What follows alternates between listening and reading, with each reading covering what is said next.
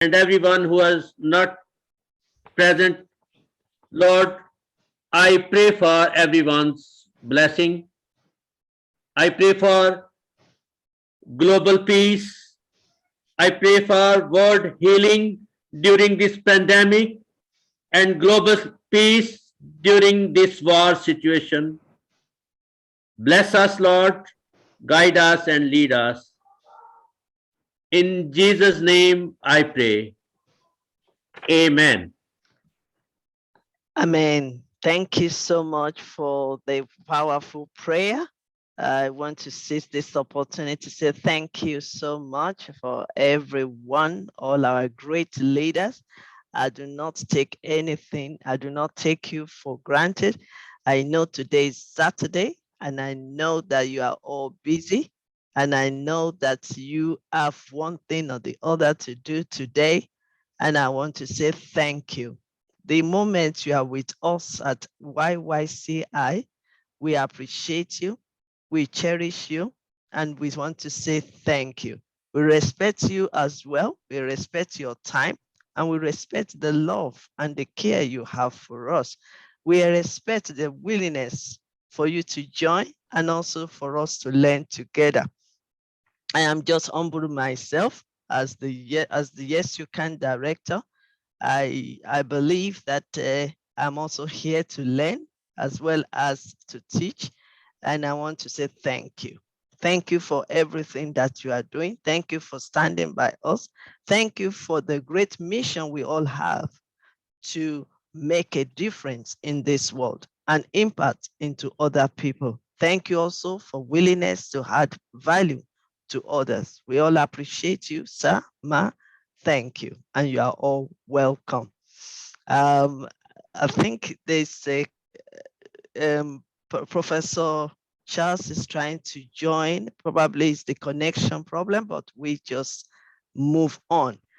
I will be your host today because we have another great program going on in Chipako International, and the founder of Chipako International will not be able to join us today because she has to prepare and also start off the program.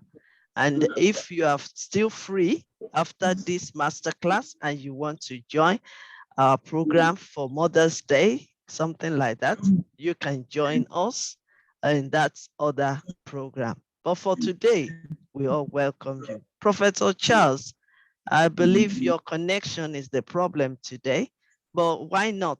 Let's use 2 minutes to quickly, because we've assigned you for this prayer as well. Pastor Nelson have prayed for us, but you can also say something. Prayer is not, oh, I mean, prayer is always there for us.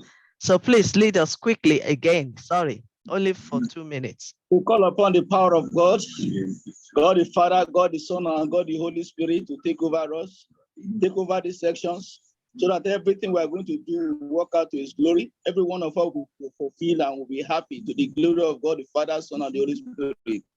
In Jesus' name. Amen. Amen. Thank you so much, sir. We really appreciate that. We are not giving up. YY.CI International is unstoppable. No matter the condition, no matter the connectivity, no matter the challenges, we are still on top of the game. And we will continue to progress together, work together. Amen. So that is why I know that internet is an issue sometimes, but we will not give up. We will just continue doing what we want to do. And then we get there. Right.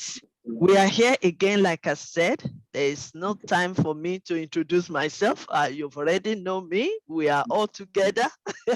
So thank God for that. And also, my moderator is also busy today because she is our chairperson, and at the same time, she is also a founder of Chipako International, which she is really preparing for the great event this afternoon. So you are all welcome to that event as well.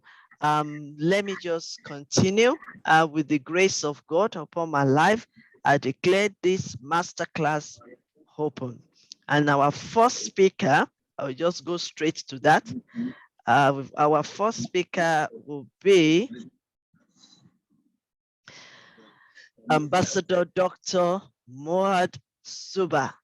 And I'm just going to read his profile before we invite him to this master class. Dr. Zuba is an assistant professor of special education in the Department of Teacher Training and Non-Formal Education, Faculty of Education, Jamia Millia Islamia, Central University, New Delhi, India. Islamia, so he is a global keynote speaker, educationist, motivational speaker, a versatile, dedicated, and professionally competent special educator with a master's in special education, in bracket learning disability, and satisfied practitioner from Rehabilitation Council of India. He has vast experience in identification of students with special needs, which I believe that is a very, very special skills. We all need that. So he assess them and involve them appropriately. Remedial measures. He is a professional who is flexible and accommodating in the design and implementation of inspiring adult lessons, employing wide-ranging, manipulative, and IEPs to enhance students' achievement. His skills in addressing students' needs, ensuring children will thrive and develop in an adaptable educational atmosphere. He uses firm behavioral management techniques, processing excellent interpersonal and communication skills to develop an excellent rapport with all members of the school community.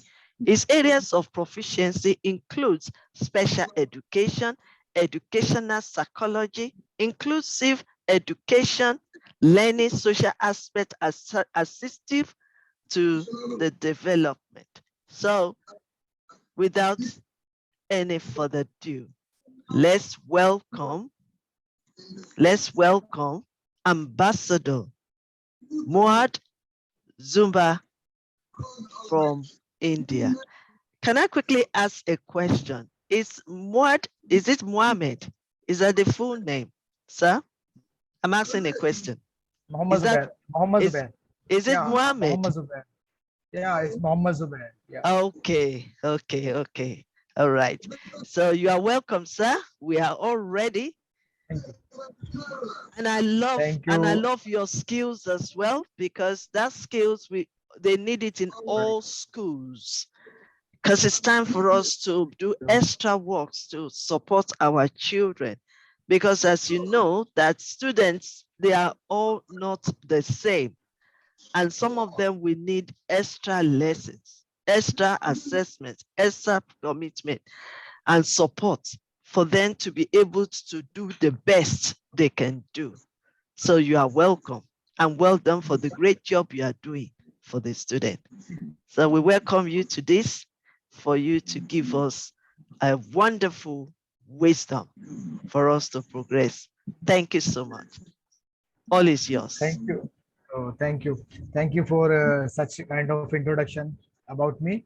It's my pleasure to be here at this master class of Yes You Can International is organizing, such events for all of you and all of us.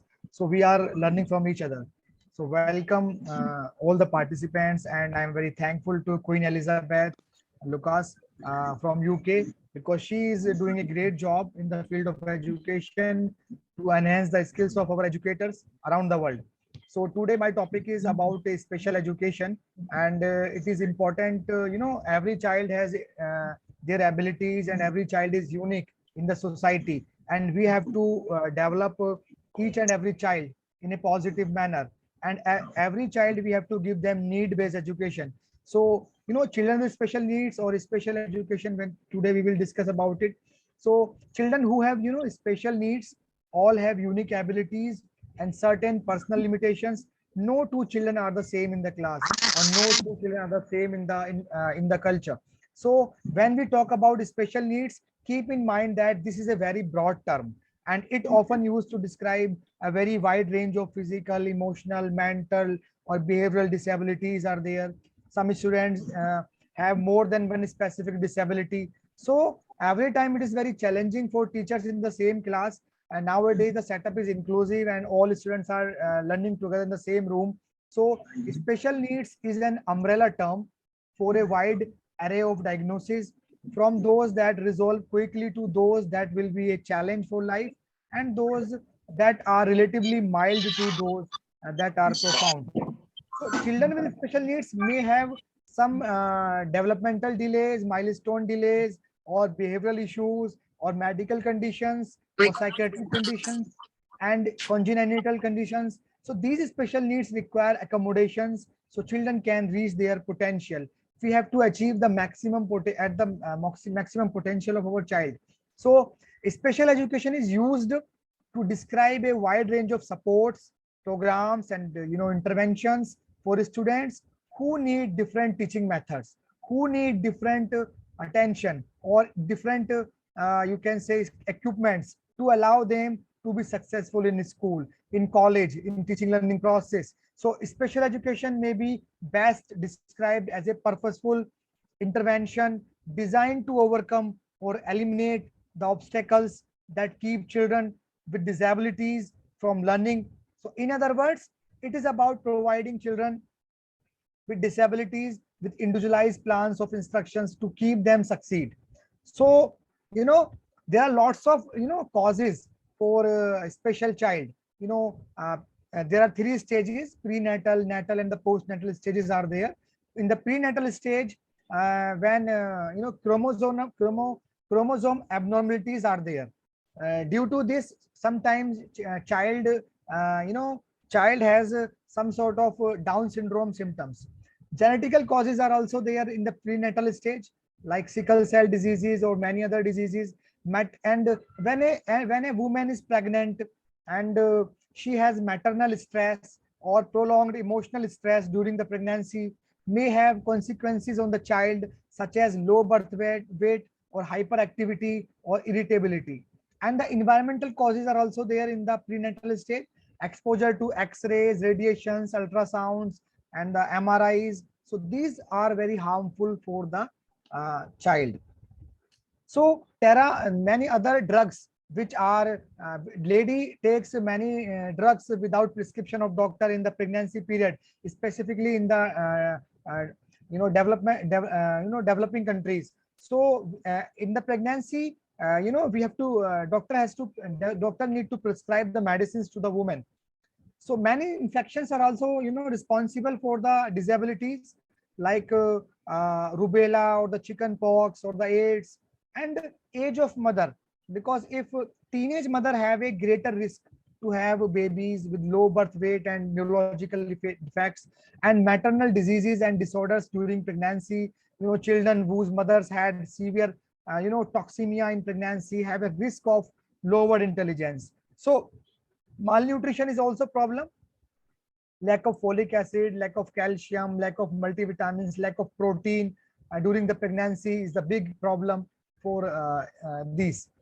The second stage is at the natal stage, during the birth, when child is getting birth.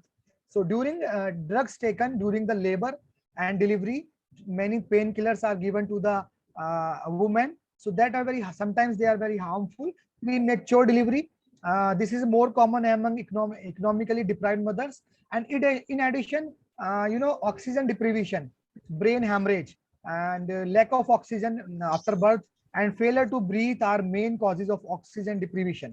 And birth injuries during pregnancy, infection during birth injuries are.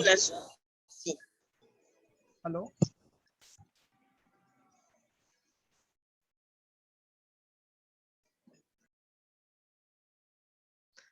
Continue, Professor. Okay.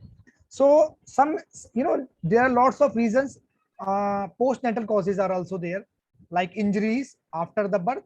Sometimes kids get some serious injuries, childhood infections like fever, typhoid, and severe illnesses, some bacterial, some viral, and some fungal infections.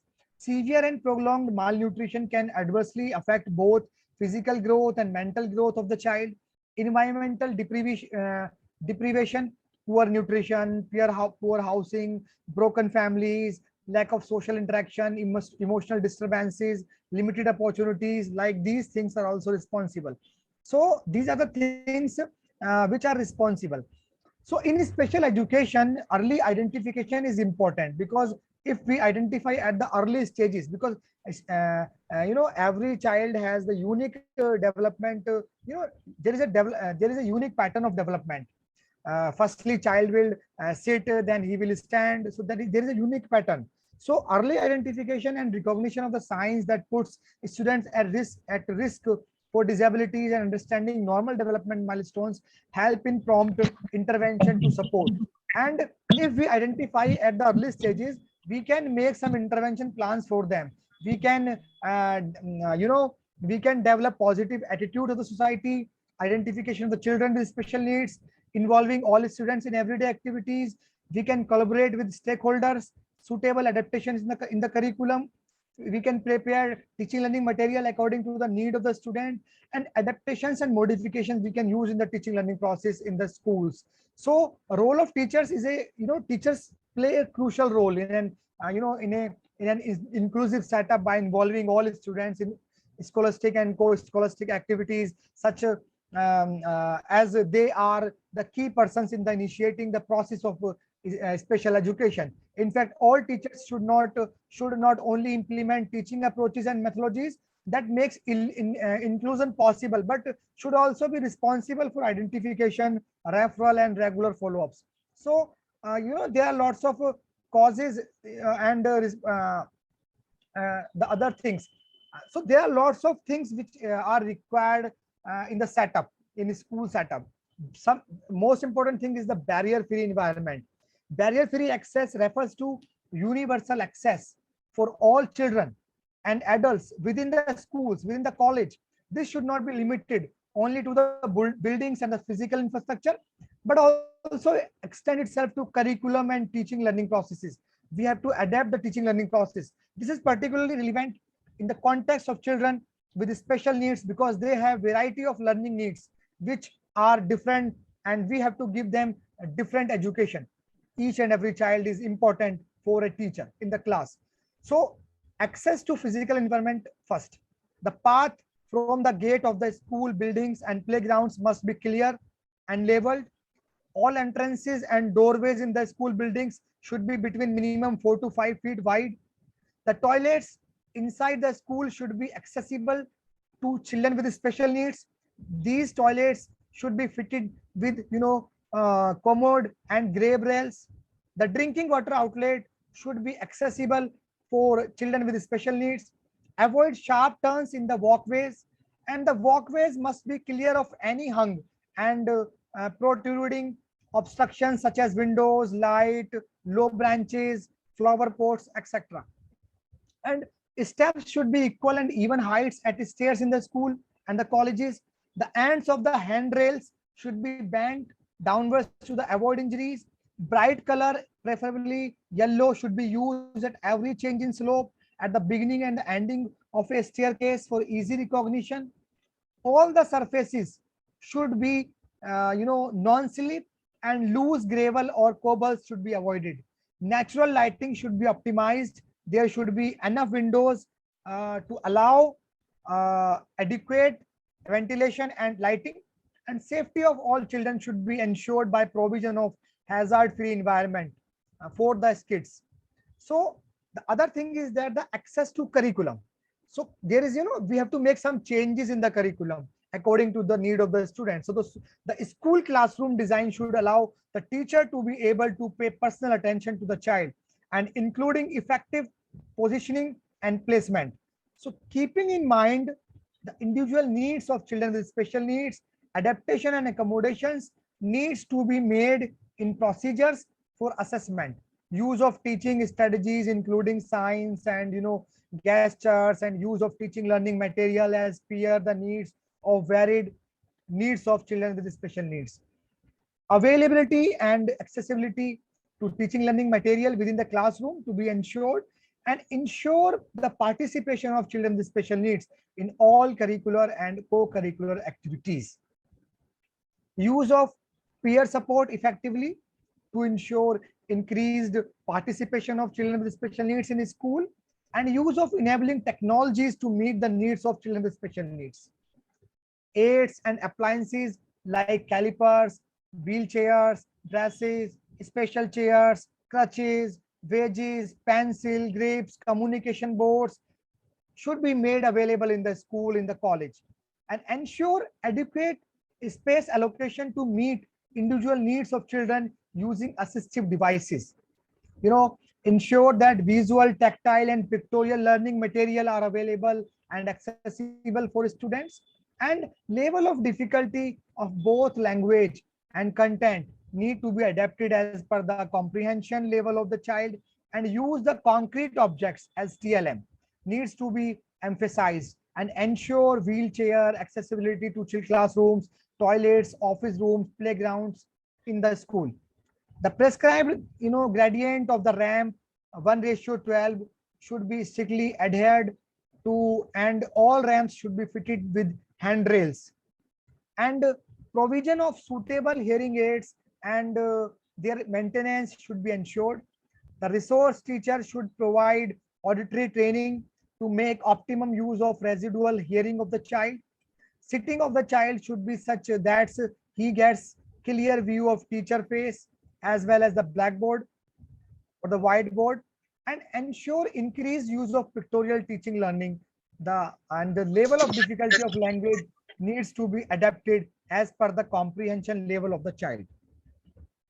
Ensure availability of accessible teaching learning material like braille, large print material, audio visual aids, audio cassettes, visual cassettes, illustrations, pictures, making science labs accessible by braille labeling, tactile charts, diagrams, and ensured increased use of verbal instructions, directions while teaching, and ensure availability and use of embossed and tactile TLM, maps, globes, charts, models, diagrams, etc.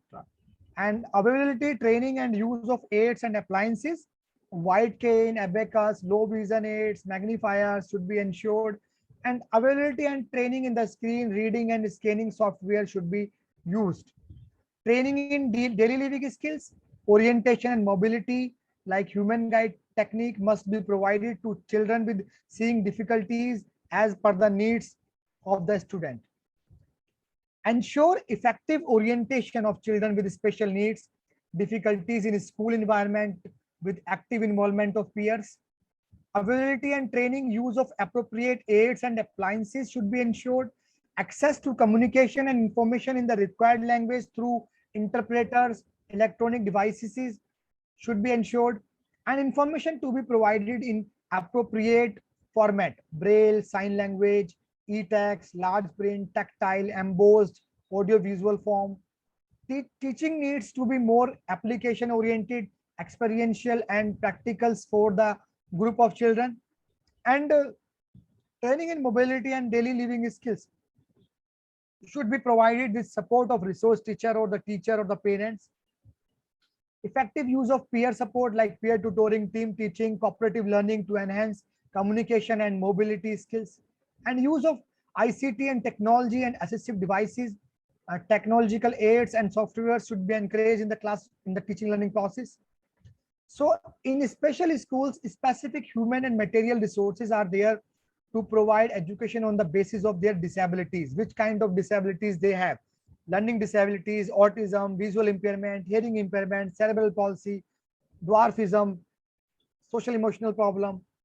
So the first aspect is early identification. As I told you, we have to, as a parents or as a teachers, we have to observe at the early stages the problem. We have to identify at the early stages. We have to observe the child milestones when they start to speak, when they start to walk, when they start to sit, and the acceptability in the, in the family, in the society. We have to accept which kind of limitations they have. So every child have some limitations, so we have to accept that child, and we have to provide or access. The third thing is access. We have to provide them the special schools or the inclusive schools or the infrastructure or the physical infrastructure or the barrier-free environment in the society. The sensitization and awareness, we have to sensitize the parents and the society and the community to aware them. We have to aware them because we have to make them special kids independent, and we have to enhance their skills, and we have to develop them as a human resource in the society. So make them independent and provide equal opportunities, and provide need based education. And the thing is that we have to use some adaptation, modification, and accommodation in the class, and curriculum adaptation is important. Curriculum designing, because when we design curriculum, we have to consider special childs as well, and during the teaching learning process, we have to assess before the teaching, during the teaching, after the teaching. We have to assess the abilities of the child, the limitations of the child, which methods will be we will use in the teaching learning process. And some childs are auditory learners, some childs are tactile learners, some childs are visual learners. So multisensory approaches are there we can use in the teaching learning process. Imitation methods we can use, repetition drills we can use in the teaching learning process, and multidisciplinary approach in the schools must be there, in the college must be there. Every teacher must be there in the school, the music teacher, the special educator, the guidance and counselor, the physiotherapist, the occupational therapist. Every teacher must be there, the resource teacher, the librarian. Use concrete objects and relate to their life, and make barrier-free environment in the schools. Use games, activities, daily life examples, relate to their life. Use worksheets. You provide hands-on training, different methods according to the needs. And you can use innovative aids, equipments, innovative methods, audiovisual aids, ICT, and child-centered methods, activity-based learning. We can take help from the therapies, from therapists, like we can take counseling. We can take the help from the physiotherapist, from the occupational therapist, from the speech therapist. And we can prepare the intervention plan, we can prepare case study, we can conduct functional assessment, we can make individualized education plan for each and every child. And there are lots of safety concerns are also there, and we have to motivate them, we have to increase the self-esteem, we have to reinforce our child, we have to increase the confidence of our child, and teach them according to the individual differences, and use interactive methods. And sometimes we have to change the sitting arrangements, or the we can give extra time to them, we can break the assignment or the task, and we can increase the participation. So these are the things you can do in the teaching learning process. So actually, special education meets the unique needs of a child with a disability, and adapting what a child learns and how he or she learn it. And special curriculum education is not just a but a process that makes it individualized for each child. Special education meeting the special needs and the requirements of the exceptional children. We conduct some meetings with parents or the special educator or the normal teacher. And the objective of special education is for all-round development in their personality, to work on their limitations, to make familiar with their abilities and capacities, guidance, to give them guidance and intervention, and bring educational opportunities at the doorstep, make them independent, help in adjustment in the environment, and change attitude towards them, change the attitude of the society, of the people towards them, provide appropriate education, personal and vocational training to them, utilize contribution for the progress of country, and aware about their rights and facilities provided by government. So zero rejection policy must be there in the teaching learning process. And there should not be we as a teacher, we can't discriminate with them. And free and appropriate public education and least restrictive environment we have to give them. And parents and students participation is important. So a school must educate all children with disabilities, no rejection on the basis of color, native, sex, disabilities, stripes, mother tongue, or the language. So rule against excluding any student, and cannot exclude no matter how severe the disability they have. So rule requiring schools to evaluate students fairly to determine if they have a disability, and if so, what kind of extensive disability they have. So an appropriate evaluation provides information to be used to determine the child's ability or eligibility for the special education, and without subjecting a child to unnecessary tests and assignments. So, the equal participation in decision making process, parents and students participation is important. The right to receive notice, the right to give ideas for certain activities such as evaluation, changes in the placement, and release information to others. And the the, this is the era where we are following the inclusive education system, where we in the same setup we are teaching all the students in the same setup. Some students are high achievers, some low achievers, tribes, women, male, orphans, children with special needs, all are sitting in the same department, or in the same setup. So this is the important aspect. It is essential to understand the attitudinal and structural barriers in schools, where to remove them, and how the involvement and support of the school administration, teachers, parents, and students, staff is necessary to successful inclusion or for children with special needs. So infrastructure modification, you know we have to change the infrastructure for them. And the other thing is, we have to choose strategies and method and approaches according to the need of the students. Every child is unique. So learning goals suiting all children are prepared by the teacher for the active engagement of children with diverse needs in an inclusive classroom. So teachers may use differentiated instruction techniques, technology for various purposes, modify the physical environment, and integrate adaptive technologies and adopt culturally responsive language into the curriculum for curriculum enhancement. So, these are the things you can use in the class. Multi-level curriculum, like students work at different levels, but in the same subject area. Curriculum overlying, students have different curriculum areas, but are involved in the same activity. Alternative curriculum, students are involved in some substitute activities to meet the primary instructional needs when the team feels that the general curriculum to be is not appropriate for the child. Teaching methodologies, there are varieties of teaching methodologies and methods and strategies for a teacher to meet the educational needs of the children with special needs.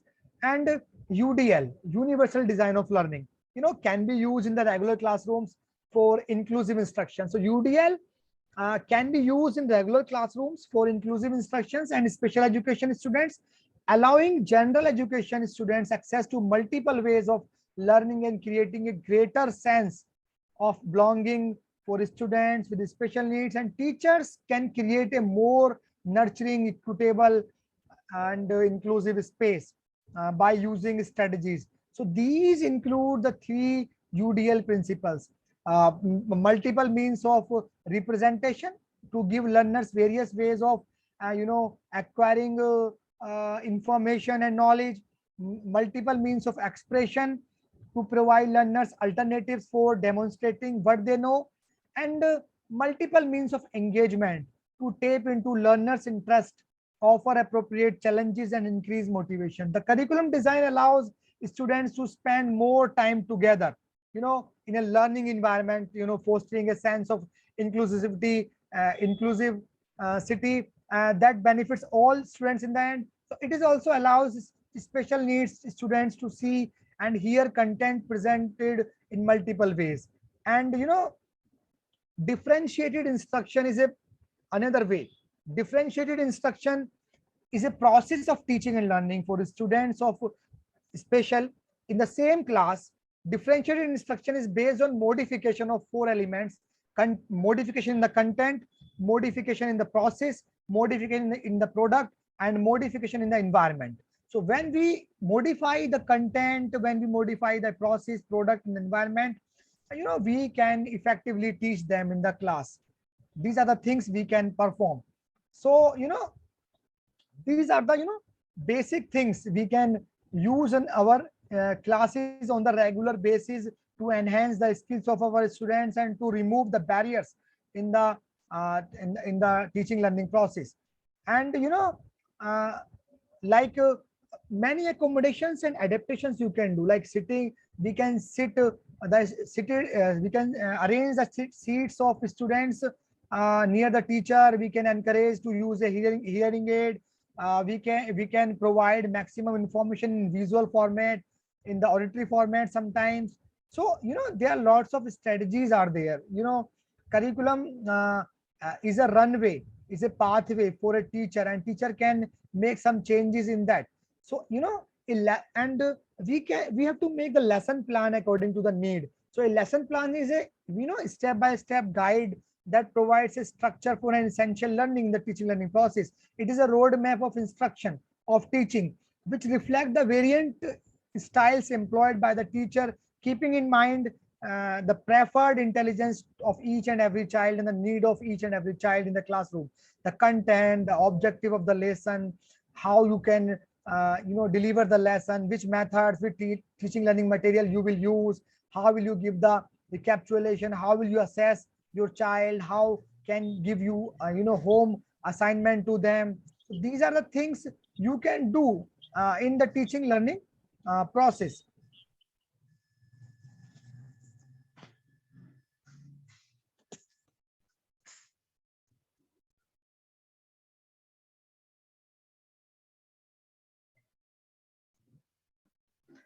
Hello, can you mute yourself?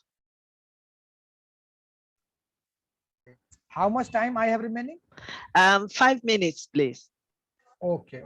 That's why I'm asking, because I have to conclude. Yes, please. So, these are the things. So special education, is important aspect, and we have to develop life skills is important for special children to attain independence in their homes, in schools, in the community environment. So children with special needs often require specific guidance and teaching techniques like task analysis, picture representation of tasks, similar scaffolding techniques to grasp the skills needed for needed for success in life. So these skills may include personal skills or the hygiene task or the effective communication skills.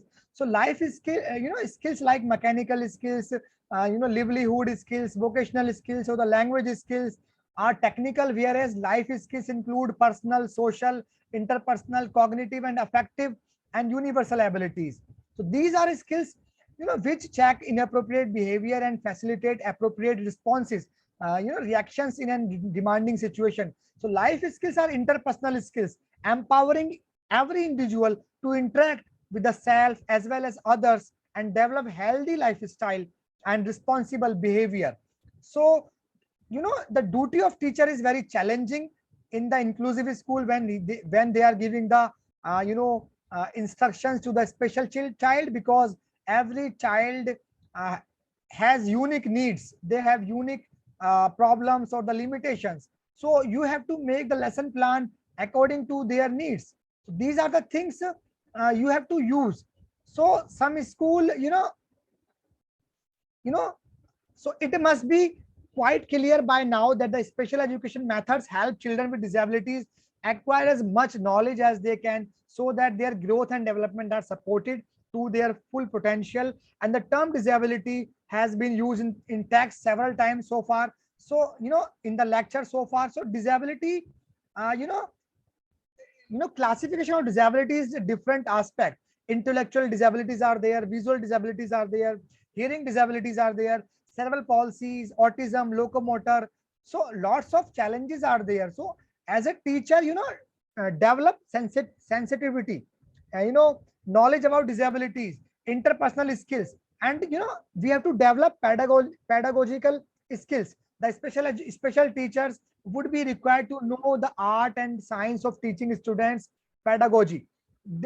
How we can handle, how we can cope up with the students in the same class when they have the different needs in the classroom. So these are the things you can use. So as we know, every students have unique unique needs. So both accommodations and modifications can work. Sometimes changes in how a student access information and demonstrates learning are used in the classroom instructions. I am giving the textual form of material to my students, but they are not understanding the textual form material. So I can convert that material into the auditory form. So these are the things we can do. We can make some sitting we can change the sitting arrangement. So lots of things are available. Lots of things you can do in the teaching learning process. So not the interpersonal skills. People who are good communicators make effective special educators. Because with training one can acquire communication skills, as these would be required to work with children individually. So as a teacher, we have some desired goals, and we have to achieve those desired goals in step by step mode, and we can achieve step by step all the goals, and we can choose the effective techniques and methods and strategies to give them instructions. So this is all about the special education, and thank you Thank from you. my side.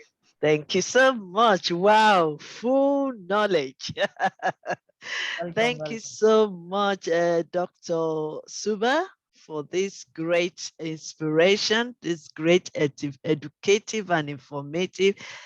Yes, we call this program Mindset and Transformational Masterclass. And you can agree with me that there's so many things that we can prepare our minds, but we can prepare, and there's so many informations that we can install into our mindset. And that is why we really appreciate Dr. Suba from India. So come Thank you. and we invited him to come and lecture us about special educational needs, which is very, very important even at this time. And I want to appreciate the fact that this kind of skills are available and this kind of programs are available. My question quickly is, apart from special education, apart from, let me put it this way, apart from having a specialist schools for special needs for students, do we have that kind of thing also in state schools? Do we have that kind of program in state schools as apart from the special? Because I know that the special school is a specialist school is really focused on that, but it will be also be good if we have at least maybe the little skills that we can adapt it to state schools. Is there anything like that? Yeah, actually, when we talk about the disability, so some students have mild level disability, some have moderate, some have severe, some have profound. So if we some students have mild and moderate, so if students are mild or the moderate mode, so we can teach them in the inclusive setup with general students. So that is the way, because we can handle in the same classroom with the general students. But if somebody have the severe or the profound disabilities, like they have low IQ level, like intellectual disabilities, or the severe disability learning disabilities like dyslexia, dyscalculia, dysgraphia, so we can give them education in a separate setup, that is a special school.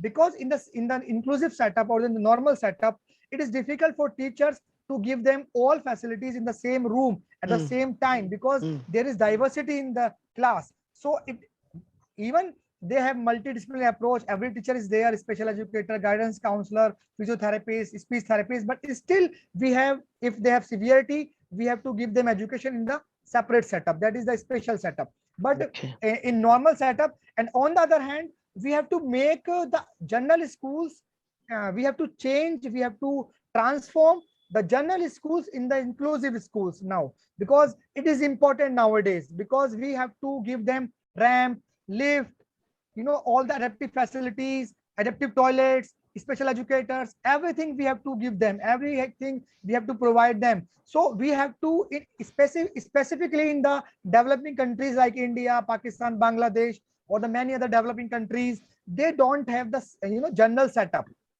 They have many problems in infrastructure, in staff, in experts. they have lack in experts. So we have to make them schools, inclusive in all Yeah. aspects, Okay. in context of curriculum, infrastructure, everything. Thank you so much. I think Thank it you. is very important that we have something like that. Sorry, the next question I want to ask quickly is that, is there any also a program where parents also can be aware of it so that they can Yeah, discover it at the earliest stage? yeah. You know, United Nations, Salamanca statement, Salamanca conference was held in 1994 by, by United States, and all countries participated in that conference, and they focus on the education of children with special needs and on the tribes and the or other or marginalized society. So after that, all countries, started work on the special education. They did start the work on the special education, and in 2006 and 7, UNCRPD 2007, by United Nations, UNO, and India was also the signatory body. So we have made some legal, programs. Now RCI in India, Rehabilitation Council of India is there. It is a central ministry, under the Central Ministry of Education, and in every country, many more than 100 countries participated, and they have the signatory bodies, and all have started the special education program in their countries. So in those conferences, they emphasized on the awareness in the society. Okay. We celebrate the disability days, we celebrate autism day, we celebrate disability day, learning disability day, we celebrate many days. We can aware the society, we can give them the free concessions in the education system, because they are lacking in the education. So Okay. we have to give them some concessions and support and interventions.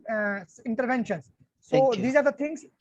Yes, Yeah, welcome. thank you so much. That's really good information that you have given us today. And I believe that every one of us have really learned one thing or the other today regarding special education. It is not new, or it is not strange, because we are learning every day. And that is why this masterclass is all about, so that we Yeah, come and learn more than what we've learned, so that even the one that we don't know, because either we like it or not, we, at the end of it all, the parents, the teachers, and also the students, they need to collaborate together in order for them to progress, in order for them to develop. And no, it's not a job of one person. So we appreciate the fact that Dr. Suba has come to educate us so that we will have aware of it. Nothing should be strange to us these days of technology. We need to be learning more than what we know. And that is why it is very important that we get that opportunity to keep learning every day. So we appreciate you, sir, Mr. and Dr. my pleasure. Suba. And I know that, like I always say, this masterclass, once you've been here, that will not be the last, because we will keep on calling you. We will keep on inviting you to come and lecture us more and more, because you can believe with me, we can't learn everything in one day.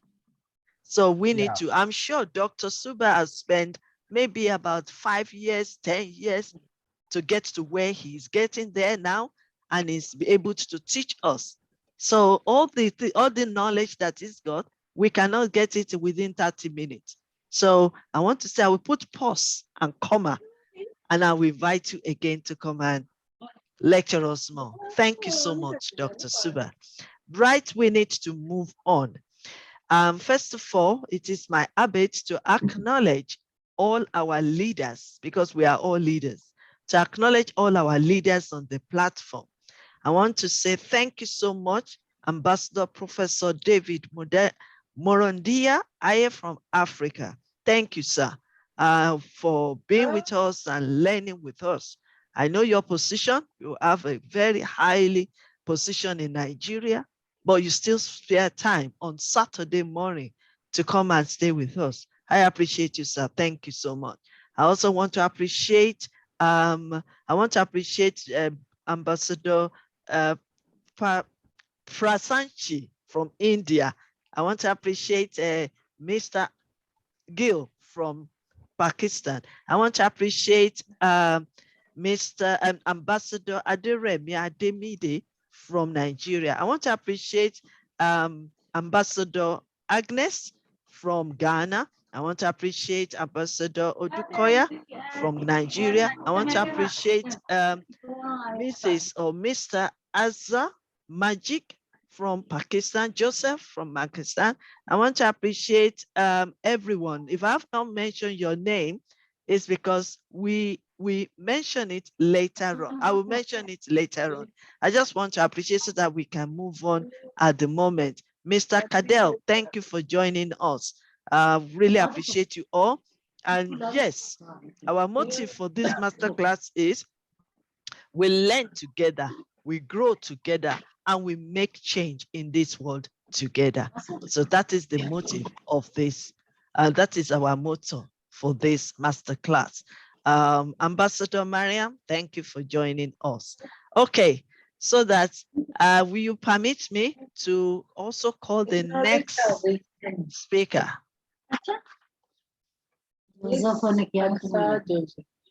I don't like using speaker because most of them are my mentors. So permit me to call the next speaker or the next teacher or mentor. He is our mentor. He is a great man in the lives of education. He not only is only one person that I know that has that full energy to support every one of us, and he's doing a great job over there. But let me just read some of his profile. Okay, thank you. So you can all hear me now. Good. Professor Dr. Chaplain General Ibora Uziholo Charles, PhD.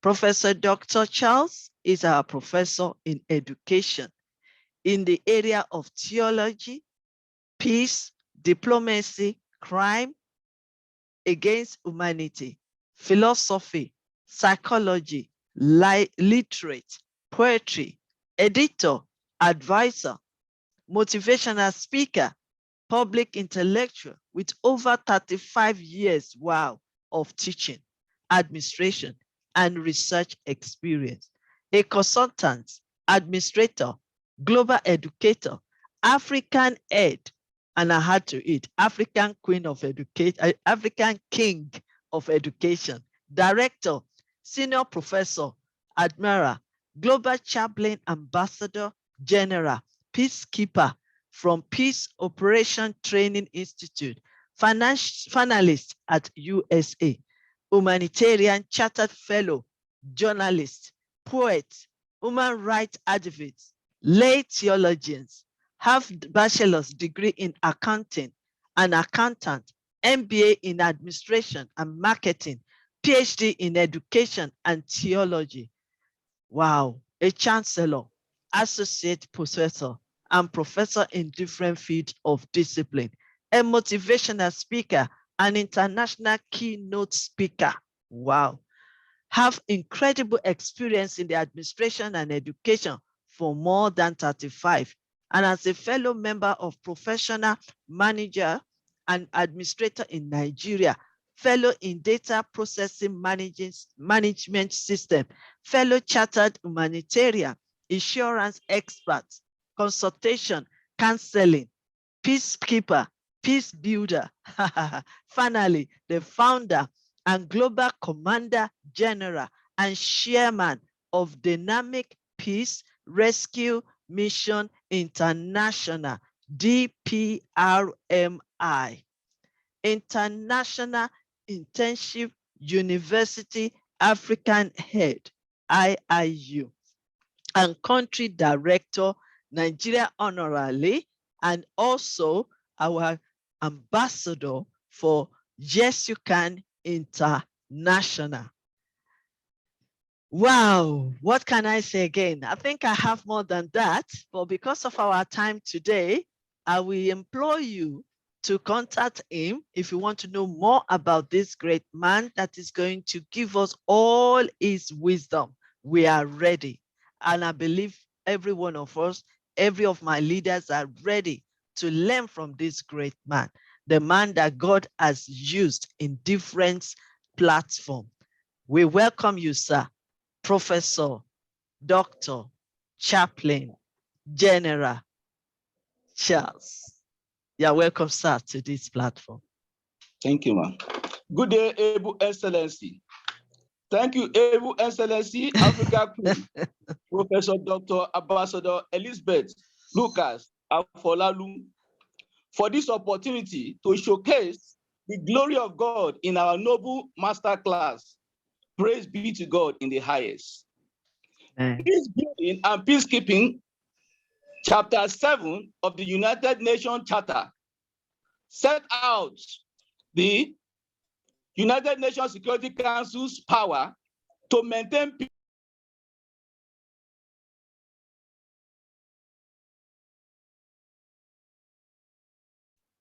Sorry, mute yourself, please. Hello. Yes, we can hear you.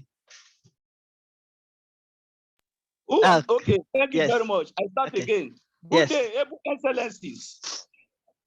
Thank you, Able Excellency, Africa Queen, Professor Dr. Ambassador Elizabeth Lucas Afololu, for this opportunity to showcase the glory of God in this noble master. Be to God in the highest. Peace building and peacekeeping, chapter 7 of the United Nations Charter, set out the UN Security Council's power to maintain peace. It allowed the council to determine the existence of any threat to the peace, the breach of the peace, an act of aggression, and to take military and non-military action to restore international peace and security. The UN Sustainability or Sustainable Development Goal in Goal 16 said we should significantly reduce all forms of violence and related deaths rate everywhere, that we should end abuse, exploitation, trafficking, and all forms of violence against and the torture of children, that we should promote the rules of law at the national and international level and ensure equal access to justice for all, that we should promote peaceful and inclusive societies for sustainable development, provide access to justice for all, and build effective and accountable and inclusive institutions at all levels, that we should substantially reduce corruption and bribery in all their forms, that we should promote and ensure non-discriminatory laws and policy for sustainable development. God is telling us too that peace I live with you. My peace I give to you. That as the world gives, do I give to you. My peace I give to you. Not as the world gives, do I give to you. Let not your hearts to trouble, neither let them be.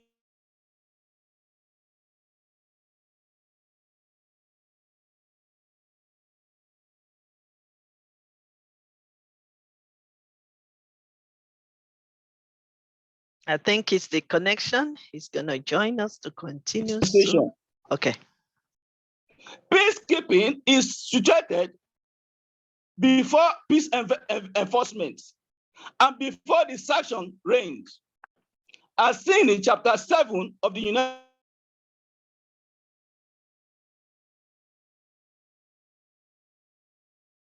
Please bear with us. We continue.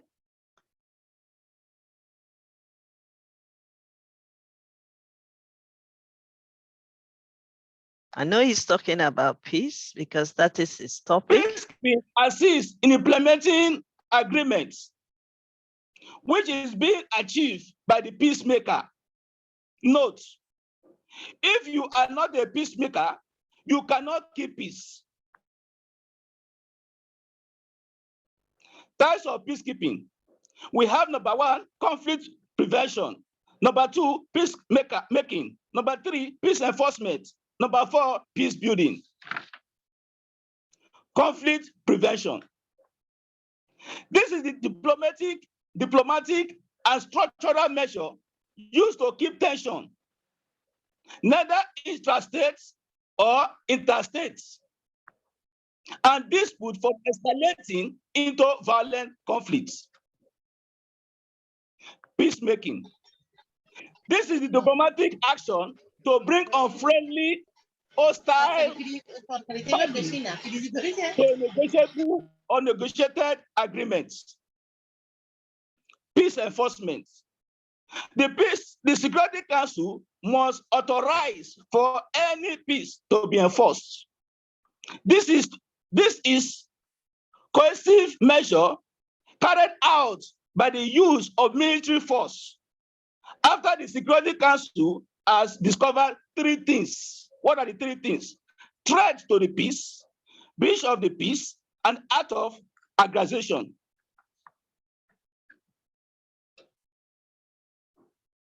Peace building. To lay the foundation for sustainable peace and development, peace building is necessary. Peace building is a complex, long-term process used to create the condition for sustaining peace. This is a range of measures targeted to reduce the risk of lapsing and relapsing into conflicts. Peace building is what is being done to build peace so as to sustain peace and development, strengthen natural capacity at all levels for conflict management, and to lay the foundation. Peace building addresses the depths or the deep roots and causes of violent conflicts. Peace building addresses core issues that affect the functioning of society and the state. Peace building also seeks to enhance the capacity of the state to effectively, legitimately carry out its core functions. Peace building is all about the support and anticipation process given to a legitimate political institution. It is imperative to know that there are 3 basic principles guiding UN peacekeeping. 1, the concept of the parties. 2, impartiality. 3, no use of violence, no use of force, except the self-defense, except in self-defense and defense of the mandates. Approaches to peace building. 1, negative peace. 2, positive peace. 3, just peace. What is negative peace? Negative peace is the absence of violence, absence of violence, absence of war. Why is there absence of violence, absence of war?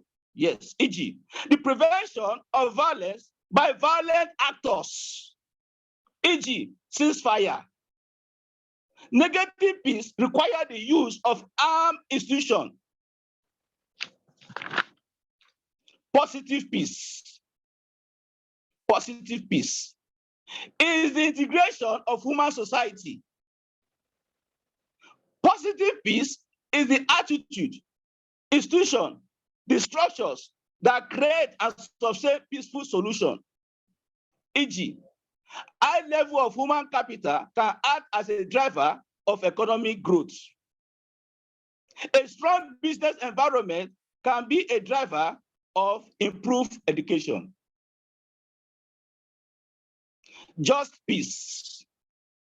The social condition of perfect justice and righteousness that will be realized in the house of the Lord during the end times. How prepared are we? The pillar of positive peace. There are 8 pillars of positive peace. What are they? Low level of corruption. 1. 2, high level of human capital. 3, Free flow of information. 4. Good relations with neighbors. 5. Acceptance of the rights of others. 6. Sound business environment. 7. Well-functioning government. 8. Equitable distribution of resources. Examples of peace building. 1. Humanitarian assistance. 2. Ministry peacekeeping. 3. Military intervention. 4. Ceasefire agreement. 5. Establishment of peace zone. 6. Violence prevention. 7. Advocate work. 8. Civilian and military peacekeeping. 9. Early warning and response efforts. The roles of youth in peace building and peacekeeping. 1. To make public opinion regarding the essence of peace and humanity. 2. To create as well as lead peace movement against racism and militarism. 3. To work for democracy, human rights, and gender justice. 4. To spread the idea of peace and nonviolence. 5. To establish networks among the youth organizations that are dedicated to peace and prosperity. 6. To strengthen the fight against discrimination, poverty, gender injustice, malnutrition, and hunger. 7. To provide voluntary services to the people during human-made and natural disaster. 8. To participate in public policy making. 9. To create within them a strong desire to serve the international community and a sense of responsibility towards the future of it. 10. To create public awareness about the problem, e.g., climate change, wider spread of weapons of mass destruction and terrorism. 11. To make a network of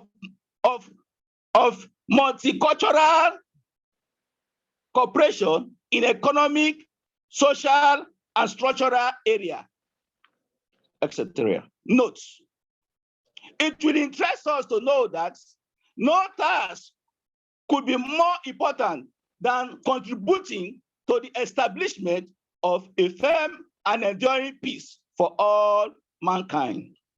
Yes, the present contents of the world order demands the active involvement of the youth in peacekeeping and in peace building. Since the international community is facing a lot of problems and challenges in this new era, we, the youths, are not just young people. We are the people and the citizens of this world. We are not the source of problems. We are the resources that are needed to solve problems. We are not expenses. We are an investment. Youth involvement in peace building fosters trust, support, power sharing between decision makers and young people, especially intergenerational dialogue and youth adult trust building activities and training. Youth involvement in peace building and peacekeeping will facilitate mechanism, both physical and virtual, for feedback and communication to enable young leaders to be accountable to their peers, community, and partners. Youth involvement in peacekeeping and peace building create opportunity for young people to sustain participation, ownership, and leadership in local, national, regional, and international mechanisms to prevent, manage, and resolve conflict and maintain peace. Youth involvement in peacekeeping and building will foster their leadership skill while simultaneously ensuring participation of marginalizing young people. Youth involvement in peacekeeping and peace building will nurturing their skills in leadership mediation, negotiation, conflict resolution, communication, life skills, and positive social norms. Youth involvement will make us to find them, to learn from them, and to support them. Essentials or issues in peace and development education, in non-violence, conflict resolution techniques, democracy, disarmament, gender equality, human rights, environmental responsibility, history, communication skill, coexistence, international understanding, and tolerance of diversity. Dynamic Peace Rescue Mission International is a non-political, non-religious, non-ethics, and non-profiting making mission. Members of the mission is open to all who are screamed and vowed to be good character and known to be interested in the aims and aspirations of the mission. We are paramilitary like Linus and humanitarian service organization that consists of ordained ministers of the gospel, imam, afa, serving and retired ministry personnel and public spirited person. Our mandate in Dynamic Peacekeeping Rescue Mission International is to raise the end-time peace ambassador, the chaplain officer, peacekeepers who work with passion to ensure a positive change in the nation.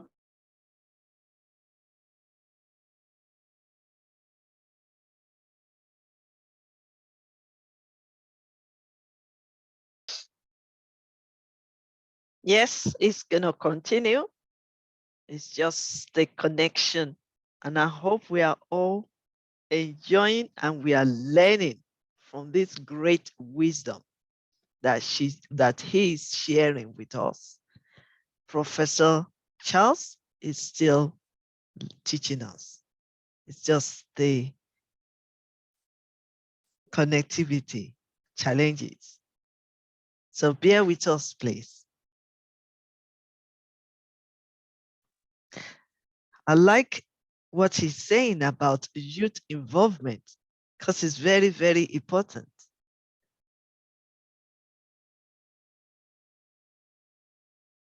I'm still waiting. Is he still here? Okay. Just to round up what he has said to us, that peace building and peacekeeping is very, very important in our society and even in the nation as a whole. And I like the way he's also explained to us about the negative peace, positive peace, and also peace on its own. We all are talking about peace. Our great mission in life is peace. But the peace has to start from us. We need to have peace within ourselves.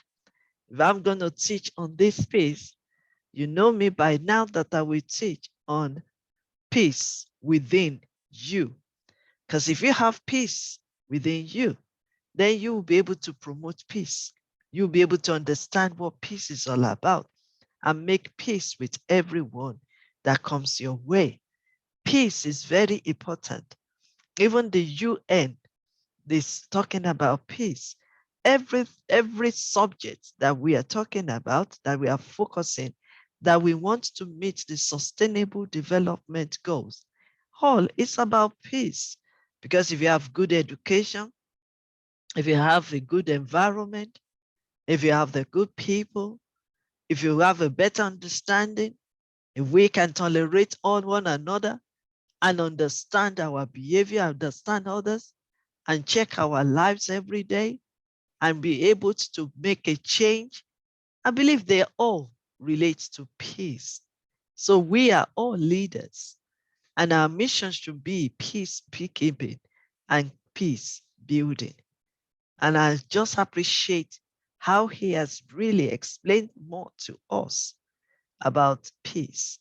And I believe that he will also join us very soon, maybe next one or the other, for us to have more of his wisdom about peace. One thing I also noticed that I really appreciate with his talk today is about youth involvement. Yes, we need to really focus on that as well, because youths are the leaders of tomorrow. If we don't prepare them today, then we are saying that there will be no tomorrow. But we leaders on this platform, we agree with me that it's about time we duplicate whatever we have and whoever we have to empower this youth, not only empowering them, but guiding them. Because some of them, they might look at their gifts and say, yes, I can sing, I can dance, I am educated, I am creative, I am skillful, I am resourceful. Yes, they all have all this, but then they need our guidance. That's why we're there. We have been some places where they haven't been. And it is our duty to let them know that we've gone through it and they can also go through it. Guess what? There will be challenges for them. There will be disappointment. But how are they going to handle it when it comes? That is our duty, to guide them and to also renew their mindset so that what they've known for their years is not enough. They need to relearn what they have learned so that they can learn new things for this 21st century. They might think they know it all, but they don't know. The only thing they know, they need to be supported so that they can handle the next century. They can handle it clearly for us. We are a great leader. It is our priority that we do the right thing by guiding the youth, by involving them on everything we are doing. Some of them will be a leader. Some of them will be the prime minister or president of a nation. But we don't want them to just become. We want them to become it with impactful. We want them to become the leader of greatness. We just don't want them to just base on what they know. That is why we are here and we are doing it together. It is not for just Dr. Elizabeth, it's for every one of us. So I want to say thank you so much, because I think the connectivity has really been a challenge for our professor, Dr. Charles. So, but we can move on and then we can call on the next speaker.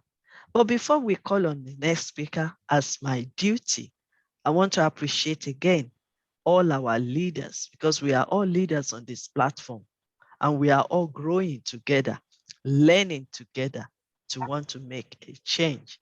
So I want to appreciate our honorable matron of Yes You Can International, our wonderful Queen Nadia Ariari. She is in our midst today to come and guide us, come and see what we're doing. And I will really appreciate you, ma'am, because I know you are very busy. We also want to appreciate other people that have joined us.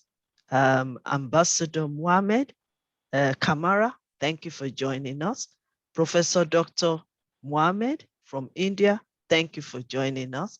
I want to also appreciate other people that have joined us. Ambassador Enede for joining us. We thank you. Thank you for joining us. We appreciate you. We also want to appreciate Mr. Bangura. Thank you from from Sierra Leone. Thank you for joining us. We want to appreciate Mr. Kanda Kango. Thank you for joining us. We want to also appreciate Professor Dr. Rashikesh Kumar from India. Thank you for joining us. We also want to appreciate Mr. Kuram Javi. Thank you for joining us. We also want to appreciate everyone really that are still on. Sorry if I haven't mentioned your name. we are still here together for another next 1 hour. So pardon me if I have not mentioned your name. Without wasting much time, let me introduce Queen Nadia. Do you want to say something to us before I introduce our next speaker? Hi, my darling Queen sister. Hi, how are you doing? Thank you for the invitation. It is always a pleasure for me to be with all of you and listen and learn from all of you. Greetings from France to everyone. I was listening to the teaching of Professor Charles. I learned a lot and it was just amazing.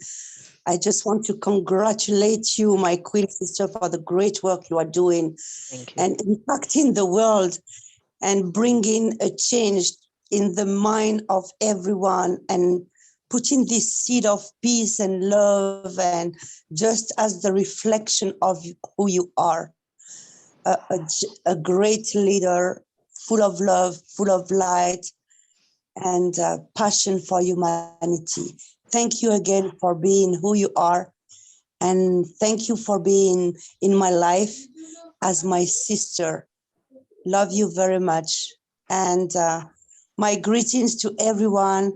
And I can see also Pastor Nelson. Greetings to you, Pastor. Love you very much. And thank you. I'm here to learn today. Thank you very much. And congratulations to everyone. Thank you, ma'am. Thank you, my wonderful queen sister. Thank you so much. I also want to appreciate His Excellency, Professor Dr. Muhammad Azan from Bangladesh. Can you quickly just say hello to us before the next speaker, please? Thank you very much, my dear, very respectable queen. And I was really enjoying the presentation of Professor Charles. It was so interesting and so effective that I was felt very spellbound that how the leadership can be transmitted from each other, establishing the real insight in the education. Without education, nothing can be developed. No leadership can be working in a sense. So thank you so much. And once an invitation is called upon by my really Queen Elizabeth, I always eagerly wait to join. Due to some time separations, sometimes it may be late and sometimes it may be coming in time due to having some internal problems in our country. So I may not join timely, but today, yesterday also I joined there. And this is how I really wait for attending such kind of the presentations. Really is a great initiative and the contribution to the development of the education and change of the society with the all kind of development in to change the whole world altogether. So yes, you can. Yes, I can. Yes, all we can. Definitely, we can change the world by changing the transmission leadership. So thank you so much for inviting me here. Thank you so much. Thank you, I sir. salute all of you. Thank you, sir. And I really appreciate you, sir. Thank you for your time. Professor Charles, we've learned a lot, even though the connectivity knocked you out. I'm glad that you're back again because you are unstoppable. We've learned a lot from yours. I've tried to round it up for them. And thank you so much, sir, for your wisdom, for your teaching. And we can see that you have passion for what you are doing. That is why we will live long, because God will use you mightily and you will continue to proclaim this word of peace wherever you go. So thank you, sir. And I hope you are still around so that we can learn together. Thank you so much, sir. At this skirt, I want to introduce the next person, but please permit me shortly because I need to give my Ambassador Professor David Morandia, if he's with us. I want him to say hello to us because he's always there on our platform, quietly listening, but we want to hear from him quickly before I call the next speaker. Professor Morandia, can see the connectivity is knocking people out, but they are coming back.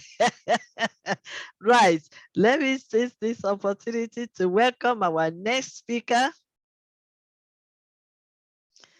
Our next speaker, let me see our next speaker. Hold on a second, please. Yes, our next speaker is, what can I say about Bishop Nelson Pelson? I think it's the next speaker. I hope so. Yes. Okay. Bishop Nelson Pelson is currently residing in Australia, but is also from Pakistan. He is one of the governments in Australia, doing a great job there, the job of humanity, and also spreading the gospel of the Lord Jesus Christ. He's also have a great NGO in Pakistan, looking back and blessing and supporting all the poor women and men in Pakistan. He's regularly doing a worship time on Sundays, connecting with the Pakistan, even though he's in Australia. That is what their technology can do. So he's also our own ambassador of Y.Y.C.I International. So, like he always said, he doesn't need more introduction. He just wants to give the word. He wants to spread the gospel. So I will not say much, but when you listen to him, you will definitely know who he is and his mission in this world. And then you will know his message, and then you will flow and you will be transformed with the powerful message he's going to share with us this afternoon. So, like he said, don't make too much a fuss on introduction. Just get me there. I am getting you there, sir. You're welcome, Pastor Nelson Pelson. Welcome to this platform, sir. Thank you, my dear Sister Queen Elizabeth, and all leaders, all participants. First of all, I say greeting, peace, shalom, love, salam, shanti, namaste, salamat, assalamu alaikum, and many other religious and traditional greetings around the world. Good morning, good afternoon, and good evening to everyone. Today we have a masterclass of Yes, You Can International. Yes, you can mean, what is the meaning of yes, you can? Yes, you can meaning is everything is possible with the God. Everything is possible with Jesus' name. And when we read in Bible, Philippians chapter 4:13, I can do all things through Christ who strengthens me. So we can do everything. Yes, we can do. And now we have a different questions about peace. We learned many things about peace already, but we have different more question. What is peace? Why it is important? And who is the founder of peace? Who is the founder of peace? When we read Isaiah chapter 9 verse 6, we can see a wonderful counselor, mighty God, everlasting Father, and Prince of Peace, our Jesus Christ, who is Emmanuel, mean God is with us. Peace and love, very related with one another. What is peace and love? When we see medical teaching regarding regarding soft tissue injury. So peace and love principle is used in soft tissues injury management, and it is also called P and L. That's the abbreviation of that principle. Peace and love is P and L management. Immediately after a soft tissue injury, do not harm and let peace guide. So peace, what is peace? In this medical management, peace start like a P-E-A-S. P mean protect. So peace protect us. E mean elevate. And then A is avoid anti-inflammatory modalities. And C is for compress. And E is for educate or education. So this is a piece in medical background. And after the first day have passed, soft tissues need love, like a peace and love. So love, what is love? L-O-V-E. L mean load, O mean optimism, V is vascularization, and E is exercise. So love and peace need exercise, need education, and protection. It gives us protections. So peace of mind is inner calm. Lord God is peace. Our God is peace. He belongs to peace. He is love. And in Hebrew language, we can say God is Jehovah Shalom. Shalom means peace, and it refers to soundness, completeness, and harmony. And what Jesus said about peace, when we read Bible carefully, we can see the word peace.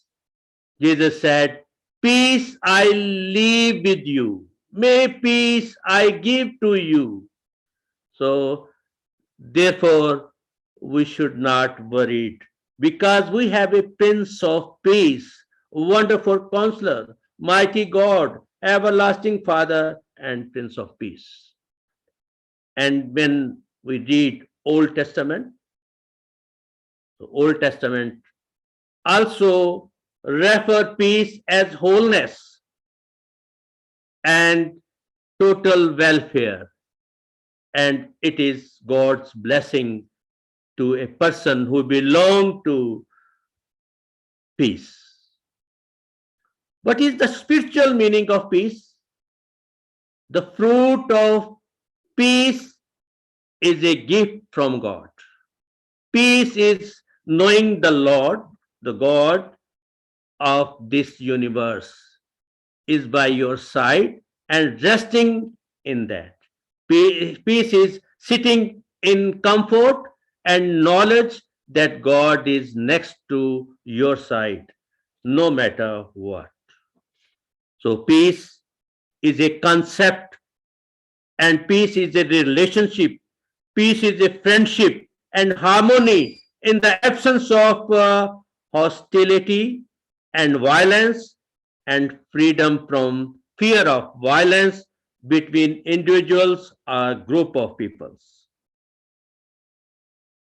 War, when we say war, war destroy, tears apart, but peace builds and strengthens and restores us. When we say peace, there is a symbol of peace. We already know the symbol of peace is a bird, the dove. The dove has a symbol of peace and innocence for thousands of years in many multicultures. And we can also see this dove during the baptism of Jesus Christ. And when we say color, the color blue represent peace, cold, calm, stability, harmony, unity, trust, truth, confidence, security, cleanliness, order, loyalty, and many other things like this. And there are many quotes about peace. Peace begins with a smile. Beautiful quote, Mother Teresa. And according to Bible, peacemakers are children of God. And Lord, make me an instrument of peace, according to Saint Francis. Peace is, when we say symbol of peace, light is also symbol of peace. Because peace, light and fire are the symbol of peace. And when we say light, we must shine. Because if we are peacemaker, we should have light in our life, and we should shine on the darkness. If we are not shining, it means we are not belonging to light. We are not belonging to peace. And when we say light, and we have the law of reflection. According to law of reflection, when light strike on any surface, it reflects. So we should take light from the main source of light and reflect in the darkness. We should shine in the darkness. And this work is not for one person. The peace is not like a just word. It is a practical thing. And we will see what is peace. Peace, when we say peace, there we can also,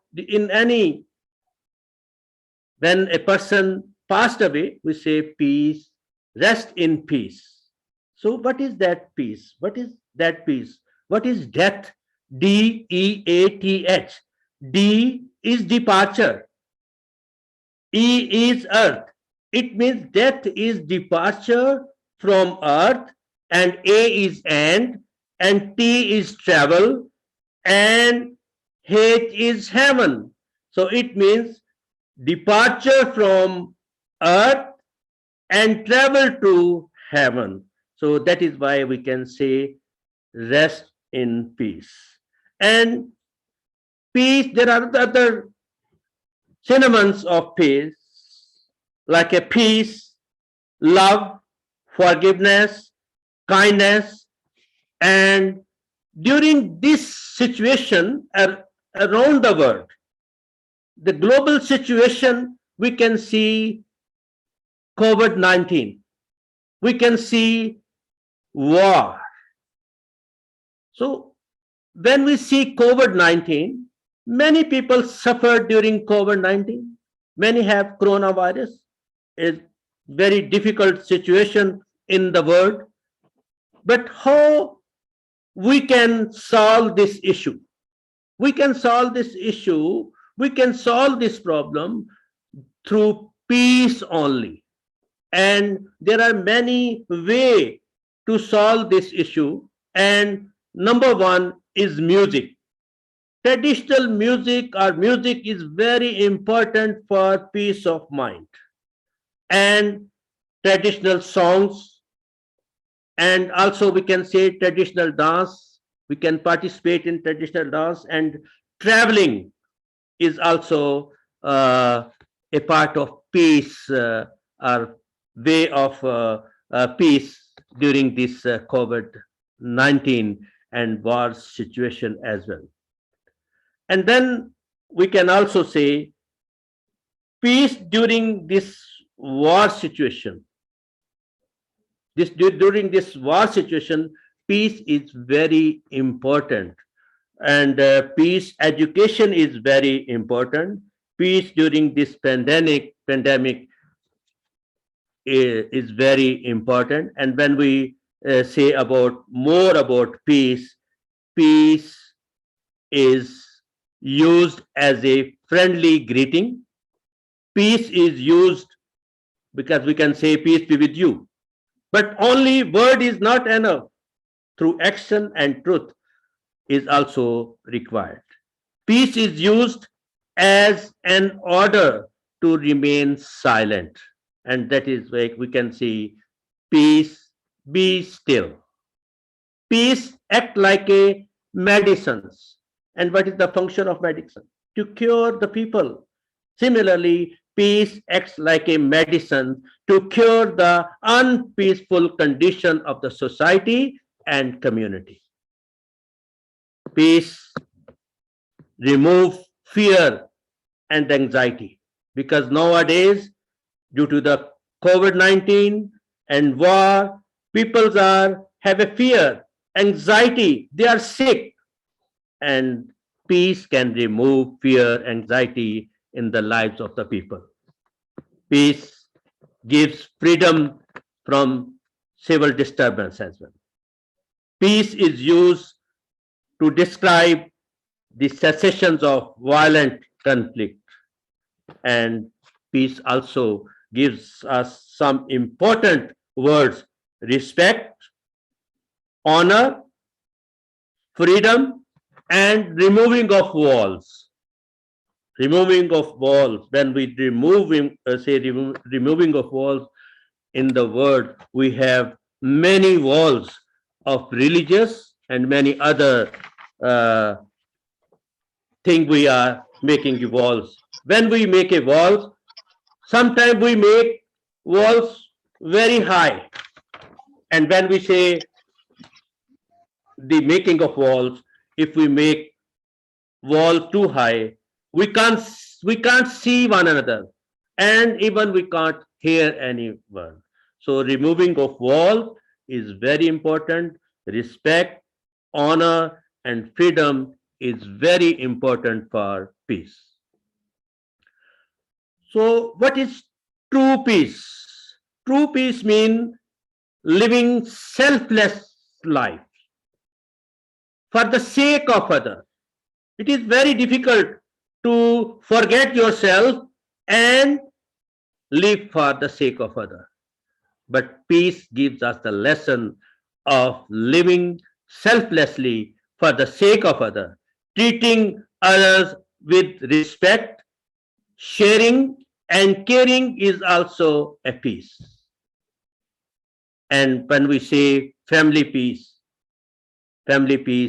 is also very important in our life. Peace starts in the individual as a start of mind, a perspective, a way of life, all things molded in the family. And through peace, we can live with joy, with happiness in our family. There are two types of peace: internal peace and external peace. And positive mindset bring positive things. Very important thing. Positive mindset bring positive things, and positivity always wins. If we are positive, you are winner. This is a great news for everyone. Positivity always wins. Positive peace gives rights globally to the people, and that is very important. People all over the world, all over the globe, globally people need peace. And if we have peace, then the people all over the world in their community have life in safety without any fear or threat of violence. With peace, all people in the community must have equal rights, freedom, even freedom of religion, and respect before the law and in the system of society without any discrimination. All people must have equal access to the basic needs like food, like cleaning water, shelter, educations, and also peace education and healthcare system and in all area of their life. True peace gives equal opportunity to people around the world for work and their lifestyle and also their employment, regardless of their genders and their identity in their community.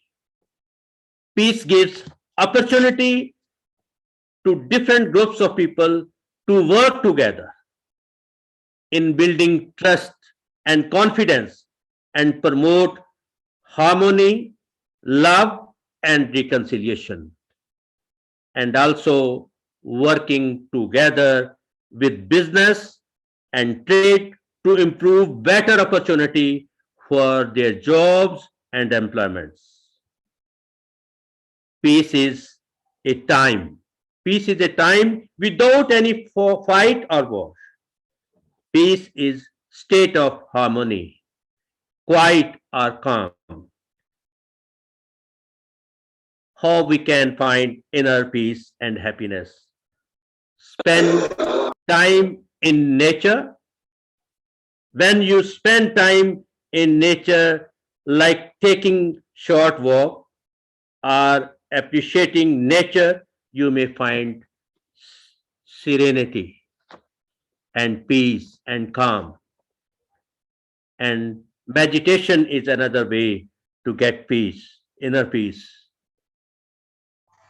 And then be grateful. Take responsibility for your actions. Do not let your past mistake define you. And love yourself and love to work and live for the sake of others. There are many other steps we should follow. Start by stamping out exclusion. Bring about true equality between women and men. Share out wealthy fairly and control arms sales. Protect political space. And there is a beautiful song, Peace, Peace, Wonderful Peace. I like it. Peace, peace, wonderful peace. Peace is a gift from God. It comes from God. God gives us peace in the mindset of our troubles. Only God can give us such a peace. It comes from God. It comes from Him, who is the founder of peace and love. We must give peace a chance in our life.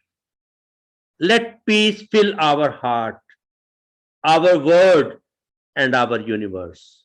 Let us dream together, pray together, and work together to build one world of peace and justice for all. We are peace. We are family of peace. We are ambassador of peace. We are messenger of peace.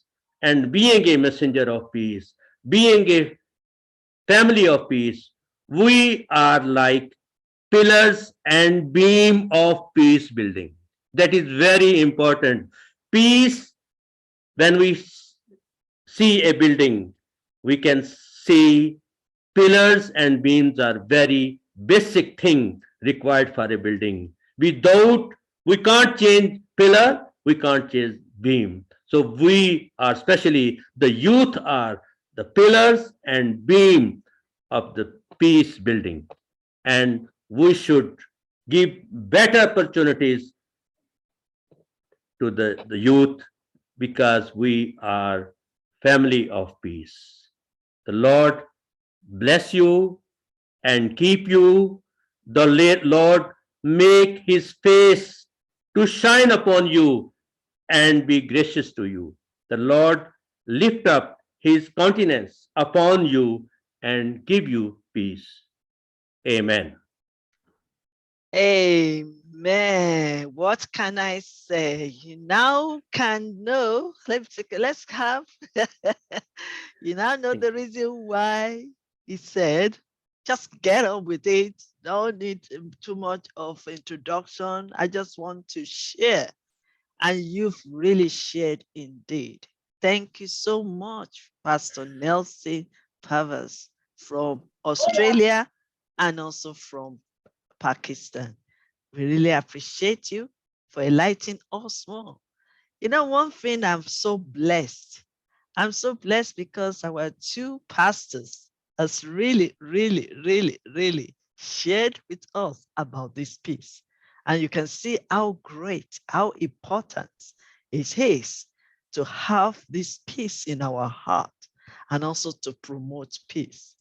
They have really helped me with my mindset today and for me to transform. Even my knowledge of peace has increased. Mindset is about learning every day. Mindset is about the informations that you are installing into your mind. And all these things we've been learning since yesterday, you can agree with me that definitely the state of our mindset has changed, has increased, because we are learning from great mentors. We are learning from great men and women. We are learning from people that have a lot of experience and they are full of wisdom. And that is why I appreciate this program and I appreciate everyone that has joined us, because we want to make a change. And if our mindset is not renewed, there will be no change and there will be no transformation. And I believe since yesterday, we've been increasing in knowledge and our mindset is renewing every day. And we are transforming our lives, our knowledge, and we are transforming everything that concerns us.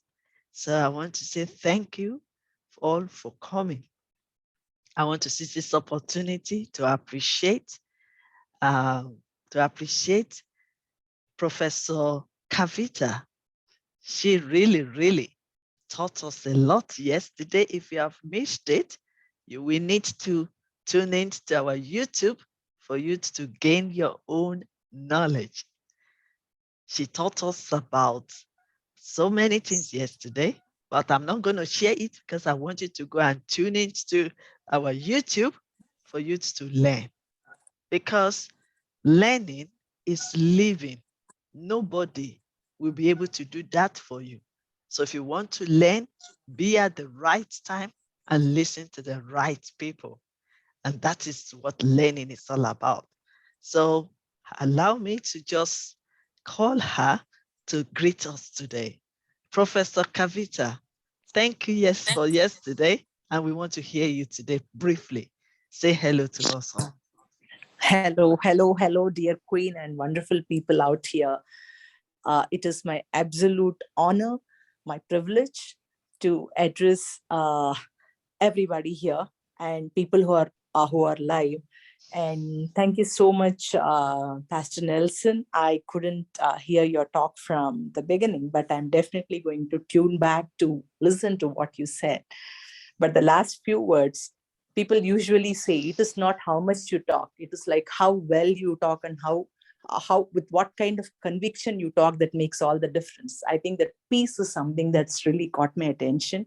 So now it's really instigated me to listen to you, and I'm definitely going to listen to the other speakers as well. And my absolute honor to join, because I had a class, so I had to complete my class and then rush up to join the class today. Thank you so much. Thank you so much, Professor Fafita. We really enjoyed your teaching yesterday. And like I said to them, that I am not going to repeat what you've said. If they want to listen to it, they need to tune in to YYCI and then they can learn and learn and learn and be transformed. So thank you so much for coming to us today again. I really appreciate your time. I also want to appreciate somebody else before we call the next speaker. I believe this the next speaker, he is full of fire. You know, when Professor Charles said we need to be involving the youth. Yes, this platform is the combination of the present leaders and the future leaders. So the next speaker, be ready, because he is full of fire and he is going to share with us. So, but before then, let me see if Ambassador Dr. Augustine is here to just say hello to us. Ambassador Augustine, are you here, sir? Yes, I am here, African Queen. Okay. So thank you very much. Yes, I cherish Pastor.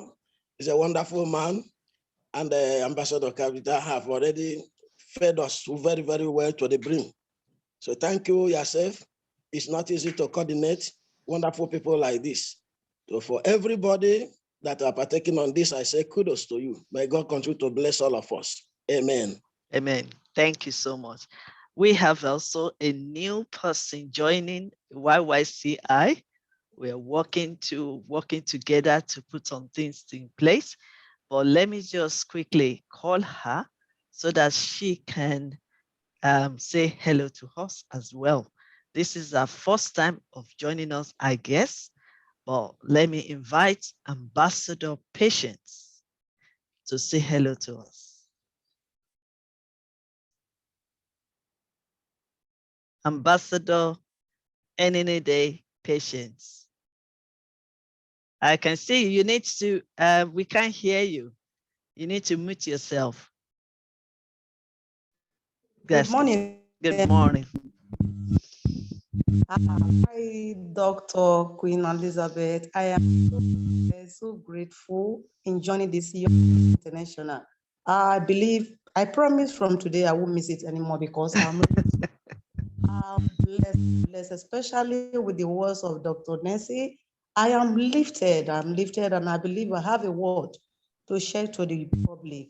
So I really appreciate you, ma. More grace and more strength. Thank you very much, and everyone. God bless you, ma. Thank you so much. Thank you for joining us. And thank you for everything you are doing out there. We really appreciate it. And only God can reward you. Thank you so much, ma'am. Right. I think our able excellency, Ambassador Olis Idapo, is ready for us today. Are you here? Let me introduce you. Not yet. Let me introduce you first so that we know who is sharing with us. Ambassador Hollis Idapo is a self-discovery coach, talent manager, real estate consultant, author, relationship strategist, founder, Mastermind Africa. Hold on a second, please. I need to do something good.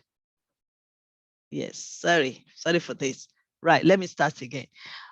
Ambassador Olis Idapo is a self-discovery coach, talent manager, real estate consultant, author, relationship strategy, founder, Mastermind Africa, one vibrant youth who has dazed the world with his teaching and energized voice. He is famously known as one man on fire, a man called with a mandate to liberate the world through the teaching of discovery. His relevance-based teachings have transformed and set thousands of lives on fire around the world. He's one of the winners of the Under 30 JKT Global Impact Award among 60 great personalities who made a traceable impact in Nigeria in 2020. He's a brand ambassador of Zimbabwe magazine, Brand Look magazine, which featured his articles. The last edition featured Amanda Nkoma, Miss World Zimbabwe, First Princess 2017, Miss Global International Jamaica, Zimbabwean Youth Young Achiever 2028, Zimbabwean International Women's Award, Rising Star. That's the person that was featured in one of the magazines that our own Mr. Ollis is the ambassador. In October 2020, it got featured in one of the most prominent magazines in the world, Hop Words magazine in India. Is the award-winning of ICONIC Leadership Awards of the year 2020. He has also banked over leadership awards. The author of The Escape Dog. Wow, The Escape Dog. That is the author. A book that serves as a roadmap to attain global relevance from obscurity. As a global product, he ensured he used his network across nations to get the book endorsed by 25 great personalities across 23 nations. I'm telling you, these youth are doing great things. To crown it up, the book forward was written by one of the esteemed personalities in Africa. He authored another book titled 1000 Thoughts of Fire. Wow, a motivational book that acts as a catalyst to ignite the mind and accelerate your success gear. Finally, he's also the convener of the International Refined Women Conference with a record of 12 facilitators from different nations. On the 1st of October, he was awarded the most influential personalities by Women of Honor 2021. He has featured in many blogs and many online and offline seminars and conferences across Africa. He has built networks and relationships with top influencers in over 50 nations. His favorite mantra is life will never give you what you desire or deserve, but what you fight for. Wow, wow, wow. Let's welcome Ambassador Hollis Idapo. Yes. You need to, we can't hear you. We can't hear you. Great. Okay, thank you, everyone. I am glad to be here today. I want to thank my mentor, my mother. She has been everything to me sincerely. Since I met her, my life has changed. So today I want to greet everyone, Pastor Nelson. I can't call everyone's name, but if I can't mention your name, no, I value you. Sincerely, I value you. See, if you want to go far, you have to look at those who have gone ahead of you. If you must go far, you must look at those who have gone ahead of you. The Lord says, as you can see, this Lord says, if I see far than others, it's because I'm standing on the shoulders of those who have gone ahead of me. So many of us are not seeing far because we refuse to climb to of people that are ahead of us. So please and please, don't be too proud. Don't be too egocentric to climb and look at people who have gone ahead of you. Honor those who have gone ahead of you, so you must also go far too. So I want to use this privilege to honor each and every one of you who have gone ahead of me. I am privileged to speak to this great mind, sincerely, I cannot miss today, okay? And if you are here, please and please don't leave. You can invite others because the next 20 minutes will change your life. I've never spoken in a program that was never on fire. It has never happened. So please, if you are here and you are here, invite others because 20 minutes will change your life drastically, sincerely. So today I was speaking on what I titled The Roadmap to Success. Again, the roadmap to success. I know you have heard about success a couple of times, but I want to quickly mention 5 steps to success. Number 1 is the foundation of success is the mind. If you can't think it, you cannot become it. The foundation of success is your mind. Whatever you cannot think, you cannot become. The problem with many persons is that they can't think it. As a man thinketh in his heart, so he is. So the beginning of success is thinking. What are you thinking in your mind? What are you thinking? If you can't think it, you cannot achieve it. It's not a rocket science. You get, it's not just about writing that. You have to start thinking it. What are you thinking? If you can't think it, you can't become it. So the beginning of success is your mindset. Your mindset, your mindset, your mindset. What are you thinking? Your mindset. If you cannot think it, you can't become it. Those who have become it are people who have taught it. Number 2 is hunger. Say hunger. Can type hunger. See, until you are hungry and angry, your life can never change.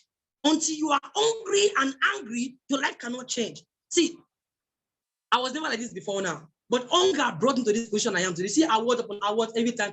It is hunger. Until you are hungry about something, that thing cannot change.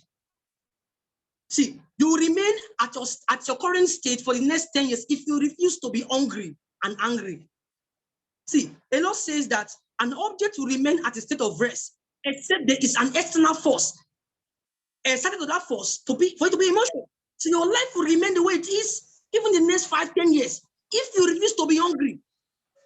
Now, those who have attained success are not the best people. The best are not those who have attained success. As a matter of fact, the dumbest people are the loudest people. Let me explain that again. The dumbest people are the loudest people who are being loud for what they know. Those who are the smartest are quiet, looking for the perfect time to speak. The dumbest people are what? Are the loudest people. They want to say what they have got. But most people are intelligent, who are smart, they are waiting for the, I'm not good enough, I'm not good enough, no, there's no perfect time for it. No, there's no perfect time to start. That time is when? Is now. What did I say? The time to start is when? Is now. There are no perfect time to this thing. Start when? Start now. Because most people are smart. Most persons who are smart are waiting for a perfect, I don't have this, I don't have that, I can't start now. Start somewhere. Doesn't matter how you start, but start anyhow. So number 2 is what? Be hungry and angry. What you are not angry about, you cannot change. So if you must change your life, change your business, grow in business, you must be angry. It is anger that brings creativity and invention. It takes anger to break invention. Oh, I don't want you to trek again. I want to make a plane. That's the plane came about. Oh, I don't want to trek again. I want to make a car. You make a car. So anger and hunger can break invention. So you will remain where you are if you are not angry about your life. My life must change. I cannot go into faith. Like I said before now, hunger and anger can change your life. So number 3 is set goals and build vision board. In life and destiny, you cannot go far if you don't set goals. Success is not a destination. Success is a phase of succession. Again, success is not a destination, but a phase of succession. It implies that what? There are no destination to success. Oh, okay, there's no destination. It's a phase of success. So at this point, you have to set goals. Success is, I have crossed level 1, I'm going to level 2, level 3, level 4. So define your own success by setting goals. Goals are pace setters to turn invisible ideas into reality. You will be where you are if you don't set goals. Goals push you, goals trigger you. As a matter of fact, I have a quote that says, if you don't set goals, you are a goat that lacks direction and magnitude. Again, If you don't set goals, you are a goat. You're not about you now, but if you don't set goals, you are like a goat that lacks direction and magnitude. You don't have direction. You don't have anywhere you're going. You're just moving the way life is moving with you, and you can't go far. So in your business, you have to set goals, and your goals must be realistic. Smart goals. It must be smart. If you don't set goals, your life will be crawling in life. Goals make you fly. Goals make you fly. Don't be comfortable where you are. Set goals to go higher. There's always a room for improvement. Goals take you higher. Set goals and create vision board. Now, a vision is a picture of the future you want to feature in the future. I said set goals and create vision board. What's a vision again? A vision is the picture of the future you want to feature in the future. A picture of the future you want to feature in the future. See, Sir Amma, can you hear me very loud? A future you cannot picture, you can't pursue. A future you cannot picture, you can't what? Pursue. Those who have attained success are those who are pursuing something. What are you pursuing? What is making you sleepless nights? Give me sleepless nights. The reason why your sleep is sweet is because nothing is pursuing you. Some persons will say, oh, I want to still sleep at night. No, great men don't sleep all the time. Great men don't sleep all the time. You're only feeling sleepy because you're not pursuing anything. So your vision, if you can't picture it, you can't become it. Number 4, it's build relationship. It's what? Build relationship. Success is not an orphan. Do you hear what I just said now? Success is not what? It's not an orphan. It's a family. Look at a car. You have the tire, you have the steering, you have the engine, you have the chairs. Success is a family. Success is what? It's a family. If you must attain success, you must build a cycle of great men. See, if you move with fool, you will become a fool. You don't need to pray and fast. If you move with millionaires and billionaires, you become a billionaire because you have a picture of what you want. So please, relationship is a 21st century currency. If you don't build relationship, you are too poor to be rich. See, if you don't build relationship, you are too poor to be called rich. You can have money and still be poor because money is not a form. Money is not wet. Money is not wet. Money is only a legal tender that's accepted for payment. So you can even have money.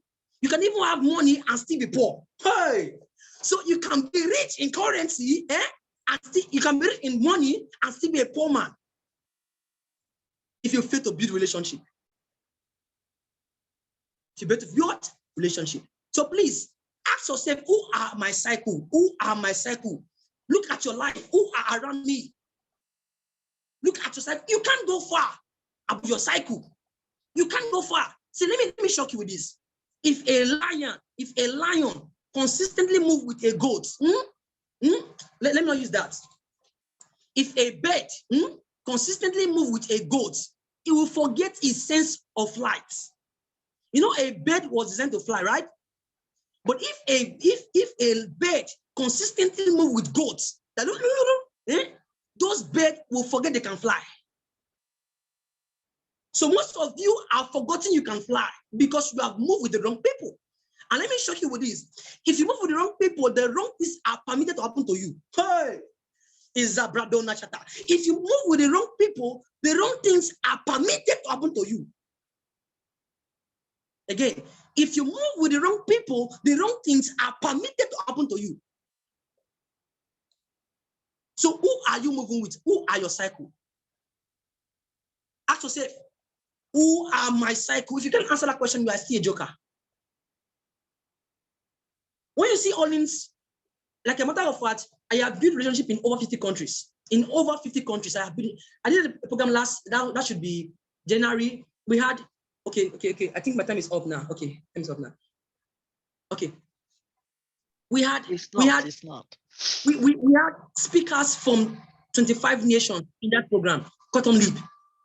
If I've not built that relationship, they cannot be there. These are not men. If you see, once you build a relationship with kings, you cannot suffer what men are suffering. You are not where you are is because you have not built that relationship with those people. Until you build that relationship, you can't go far. So success is a family, not an orphan. So if you are on your own and you want to succeed, you can't go far. You can't go far. There's a limit to what you can achieve. Bible says one shall chase what? 1,000, and two shall chase what? 10,000. So are you alone in that journey? Are you alone in that journey? Life has passed the ancient stage where you have to be alone and say, let me hide what I know. No. Great ideas need people. You need people. The greatest asset of men are people in your life. Your greatest asset are not your money. It's the people in your life who are in your life.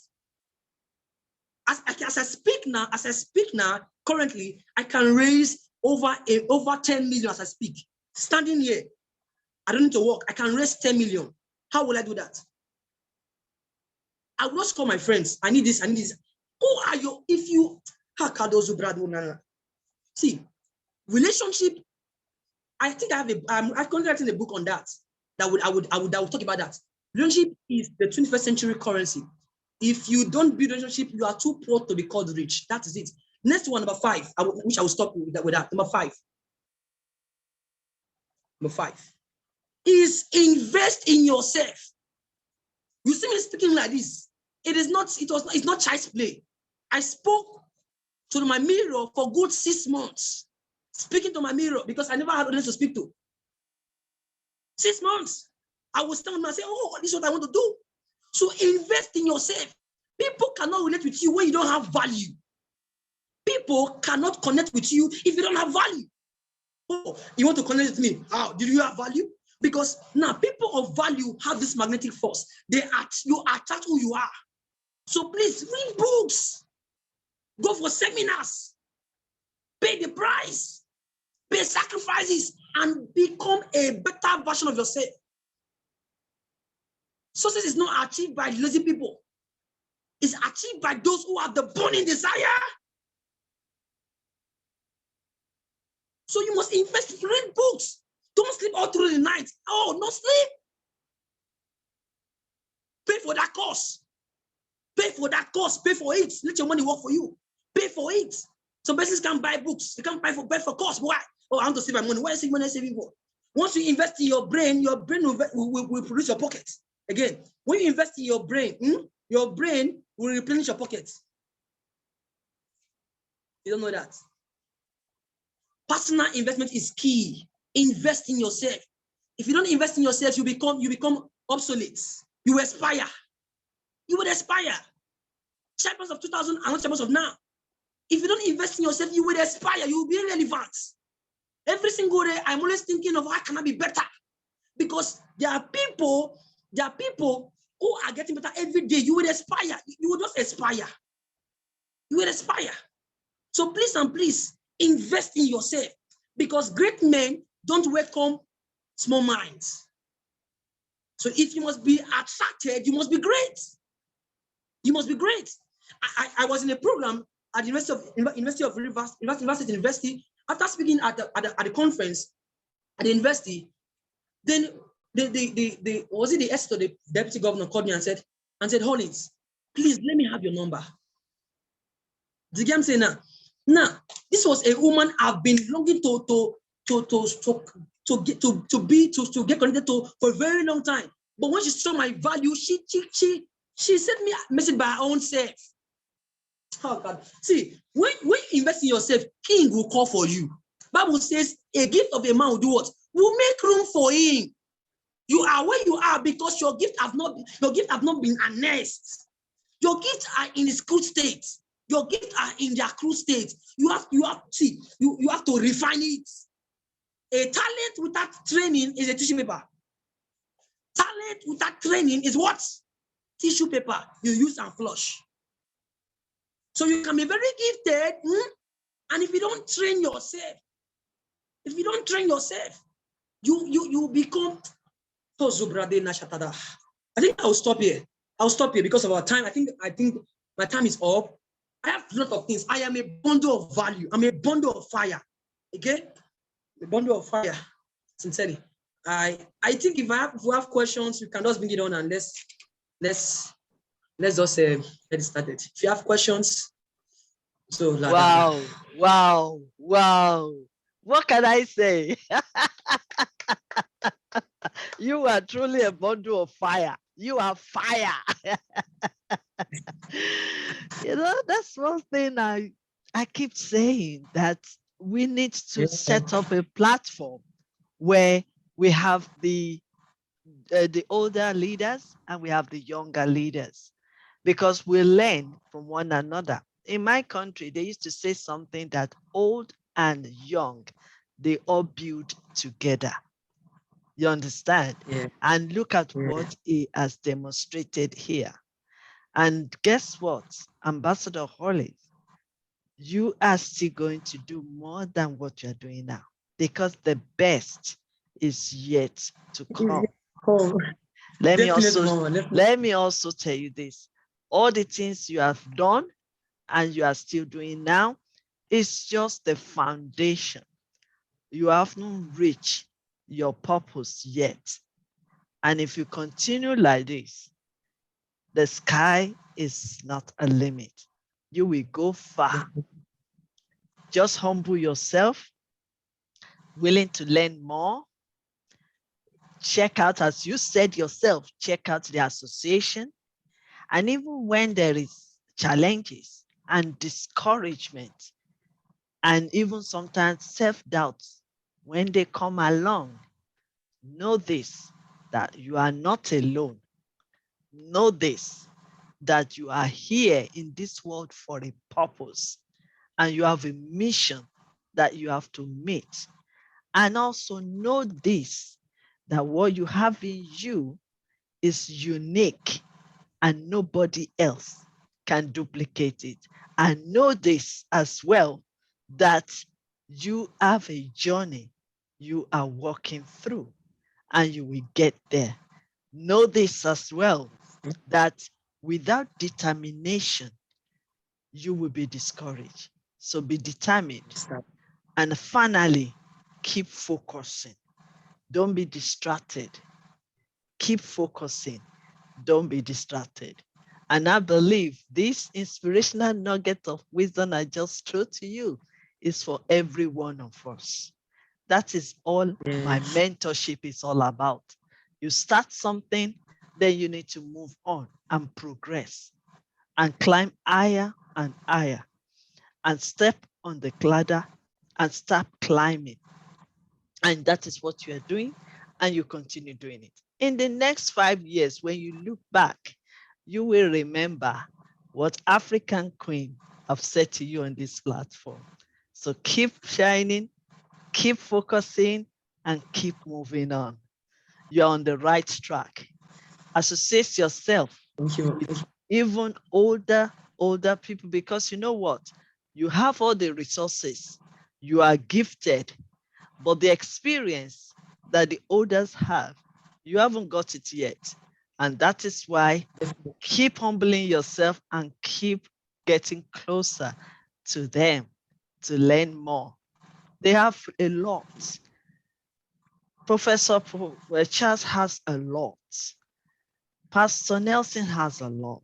My own Queen Nadia has a lot to deliver, to give to you guys. So it is better you open up. Yes, you are gifted. One of my pastors said, your gift will take you there. Your qualification will get you a job. Your profile and all your achievement, everything will take you where you want to go to. But the only thing that will sustain you is your character and your attitude. So you've started very well, Ambassador Ollie. Keep it on. Keep it on. And on this platform, I will tell you something. You are an ambassador of Yes You Can International wherever you go, especially in Africa. So keep it on and keep riding, keep shining, and keep on doing what you want to do. Is there anybody has a question for Ambassador Ollis? Okay. All right. Guess what? I've been challenged by my young ambassador. And I believe I can see smiles in the light. I can see smiles. Yes, I can see every leaders are smiling because we've been charged up. We've been challenged. The fire's really been there and we've been awake.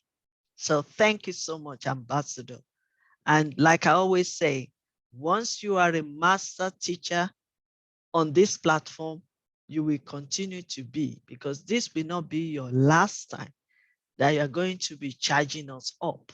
So I'll put pause there. I'll put comma, and you are still coming back to lecture us. So congratulations and thank you so much. Wow, what a wonderful day.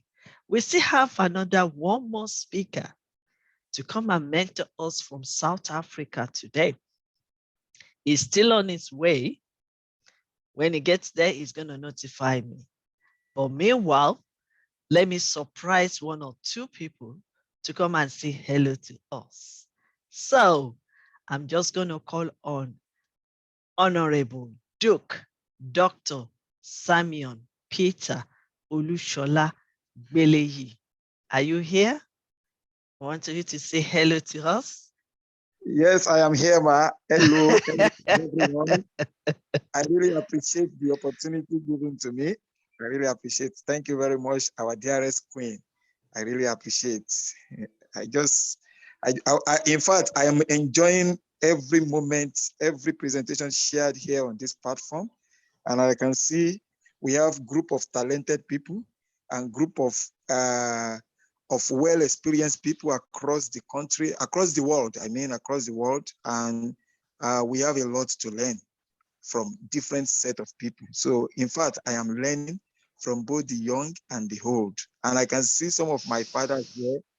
I have Professor Charles Ebiora and so on, and other pastors and big names. So I appreciate you all.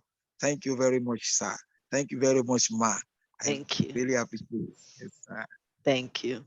I also want to quickly travel to Pakistan and call on Mr.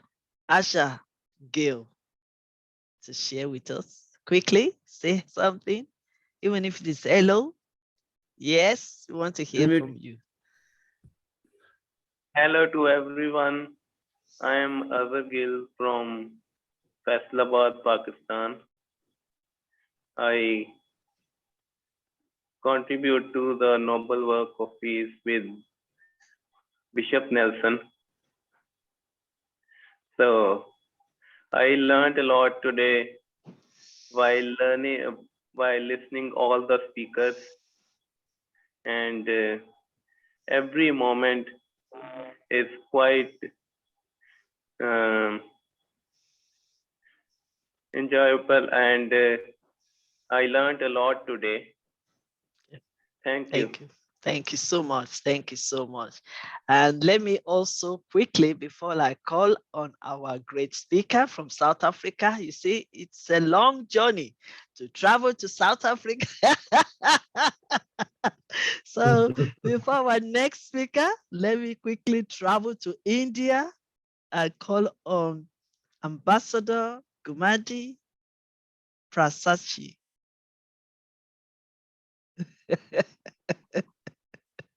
So just say hello to us. Yes. Greetings to one and all the elite personalities present here. There are a lot of intakes in today's session. Starting from the beginning, like the policymakers, educators, state and local bodies, how they need to revise the policies and provide the incentives for better for is for better special needs schools. We learned a lot about peace today. I think that is the greatest intake of today's thing. That is, know how important it is, to stop all forms of violence against children, inclusive society and other things, and also promoting peace. And when we neglect peace for a prolonged time, how it changes into a negative peace. And only solution for negative peace is the positive peace. And where there is positive peace, there will be the absence of war, absence of conflict, absence of crime. I think that is the beautiful and greatest intake of today's session. And apart from this, conflict is inevitable. As Pastor Nelson sir said, no, a conflict is inevitable in this fallen world. But when it comes to conflict, what we choose is very important. So choice, we choose a way that will honor God, deepen the faith in God, build stronger relationships, and contribute to God's redemptive plan for uniting all things in Christ. I think this is the wonderful gift of learning about the peace today. In fact, though I am listening from the beginning, today I would surely watch once again our YouTube channel, because there are lots and lots of things to learn, to understand, to write, and to practice. I thank Professor Dr. Queen Elizabeth Lucas ma'am for giving me such an opportunity to participate in this session. Thank you so much. Thank you so much. I really appreciate your time, your willingness to learn with me, because one thing is sure, everyone joining on this masterclass every month, we are learning together, and we are growing together, and we are making a change together. And that is the uniqueness of this masterclass. And I want to appreciate you all. Okay, without wasting much time, I would like to quickly call on the next speaker, or the next teacher, or the next mentor of this moment. He just come back from South Africa. I mean, you can see he's a very, very busy man, busy professor, lecturing, and also is always in every platform sharing what he believes in. And we've been blessed. And that is why it is an honor to invite him to come to this, our master class, and come and share the mindset for learning. Let me quickly introduce him to you. Professor Dr. Ravinder Rana is a profound academician and distinguished scholar in economics, writer, editor, advisor, motivational speaker, and motivational speaker and public intellectual with over 30 years of learning and research experience in Asia Pacific, Africa, and European continent. He has been an independent consultant and training expert. Professor Renner is currently working as Adjunct Professor of Economics, DUT Business School, Faculty of Management Science, Durban University of Technology, Durban, South Africa. He has served as an adjunct, sorry, I just missed it, Professor of Economics and Internationalization Project Leader. So he's also, let me just jump and say, he has published more than 150 articles in newspapers and magazines and websites, and presented over 50 papers in national and international conferences and seminars.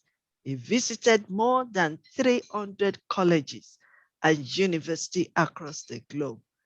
Professor is a well-learned speaker. Professor is a very busy professor. And I believe that after this masterclass is on his way, who knows, maybe in India or somewhere to lecture again. He's a very busy man. And because of that, we want to say we appreciate you, sir, even for this time that you're going to spend with us. We appreciate you and we say thank you for releasing that time for us on this platform. And I still believe you are coming back because I know you are busy, but I am following you. And 30 minutes is not enough for the wisdom and the knowledge that you're about to impart into our lives. So I want to say thank you. And allow me to welcome Professor Ravinda Rena to Yes You Can International Mindset and Transformation Masterclass. You are welcome, sir. Thank you, Professor Dr.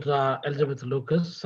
It's indeed a great pleasure and honor for me to be part of your Yes You Can International the masterclass that you are organizing for the past 2 days, 6th and 7th of May 2022. It is a honor for me to be always, part of your activities. I think last time in January I missed because of communication gap. I must apologize for that in this instance. And the topic that you have chosen, madam, it is very, very pertinent. And all of us, irrespective of the age, irrespective of the level of education that we are, whether we are educated or uneducated, whether we are literates or illiterates, we all should learn. We all should learn about our own mind, about the learning process, how it entails.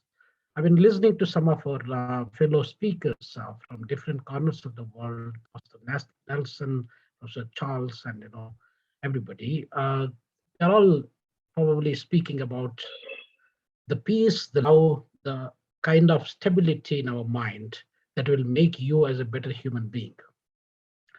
So in today's lecture, I was trying to share some of my thoughts about this mindset and the learning process.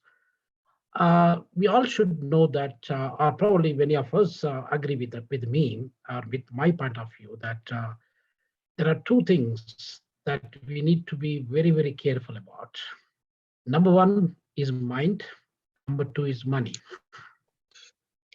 These two, money and mind, they can serve as the better servant for us, but they can, if we do not try to control them, they can become dangerous masters.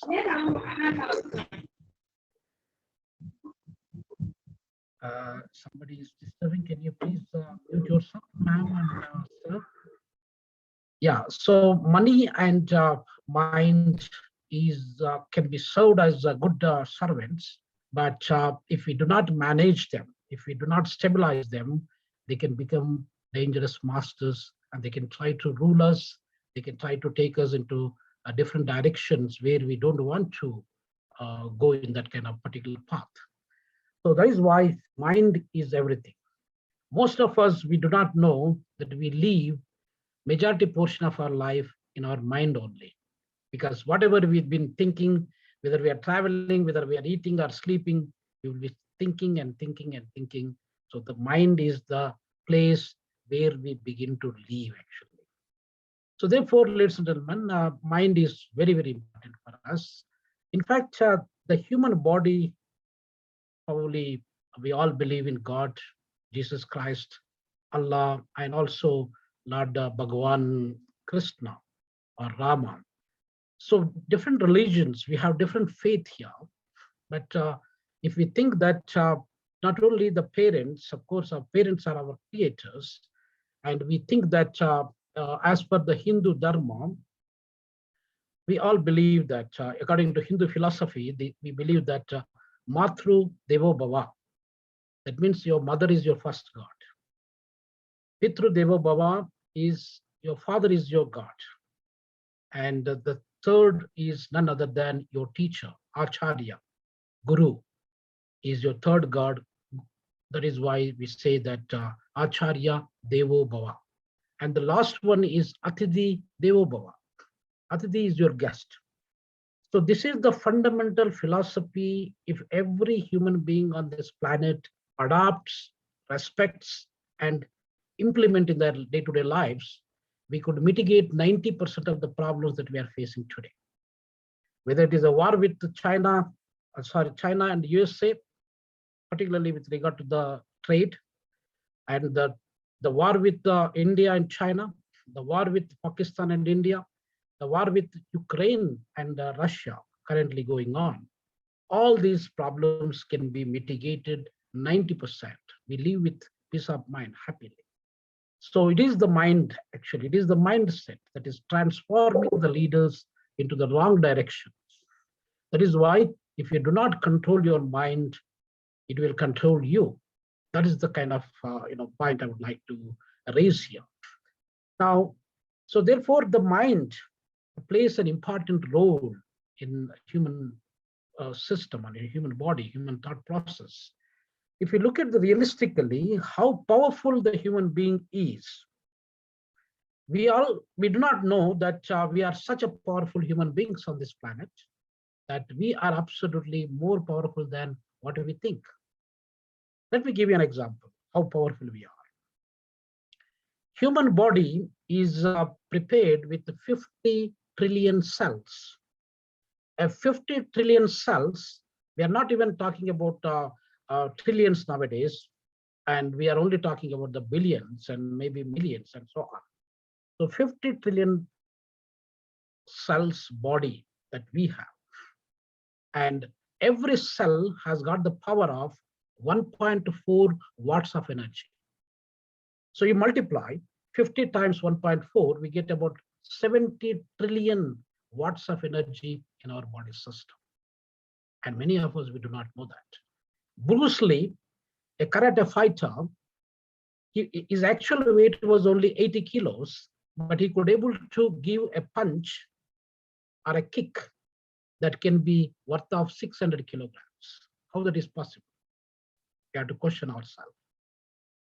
So there are human beings, they could able to take any kind of iron rods, they can easily take it and they can even eat it. How that is possible? We have seen so many stalwarts, so many people in different games and sports, they have proven that they have been doing impossible things as possible. That is why the word impossible looks, if you divide I am im, that means possible if you separate, it says that I am possible. Everything in this world is very much possible, etc. If you look at the history of every great personalities today, and that will tell us the reality, that is everything is possible. That is why Professor Elizabeth Lucas has chosen the organization name itself is Yes, You Can. Every human being on this planet. So we got about 7.9 billion people living on this planet today. And all these 7.9 billion people, we all got the immense energy, power among ourselves. Those who believe that we have got that power, those who spend the 24 hours of time efficiently, effectively, they are the one who is going to make miracles, or who are been making miracles actually in this world. Now, let me give an example here. Elon Musk, who is considered to be the richest man in this world. Elon Musk started his journey. He's born and brought up in South Africa, the land where I'm working and staying here. And so he was born and brought up here in South Africa, and is probably a couple of years younger to me. He educated even Pretoria Boys High School in Pretoria in South Africa. It's the capital city of South Africa, of course. At the age of 12 to 13 years, he was been into so many video games and so many technological innovative things And he began to do the business at the 12 to 13 years of age. Before he even entered teenage, he was even selling some of those innovative products. That's the first business he has got, actually. And maybe a few hundred rands, South African rands he sold. But that is the starting point of his journey. Now from there, he got a Canadian mother, South African father. Then he went to Canada. From Canada, he went to USA, and miracles happened. Ladies and gentlemen, look at his assets today. He got close to $278 billion, which is the highest amount of money an individual can hold in this world today. Nobody ever touched that bar, $278 billion. Even Jeff Bezos, the richest man, a few months ago, he also didn't touch the base. Now, the journey of Elon Musk started in South Africa. Now it is continued in America and rest of the world. So Elon Musk assets, actually, the value that Elon Musk has got 10 years ago, it's not less than $20 billion. In 10 years' time, from 20 billion to $278 billion, he could able to make. He's an individual like you and I, and he could able to make that effort, and he can say that impossible things are very much possible.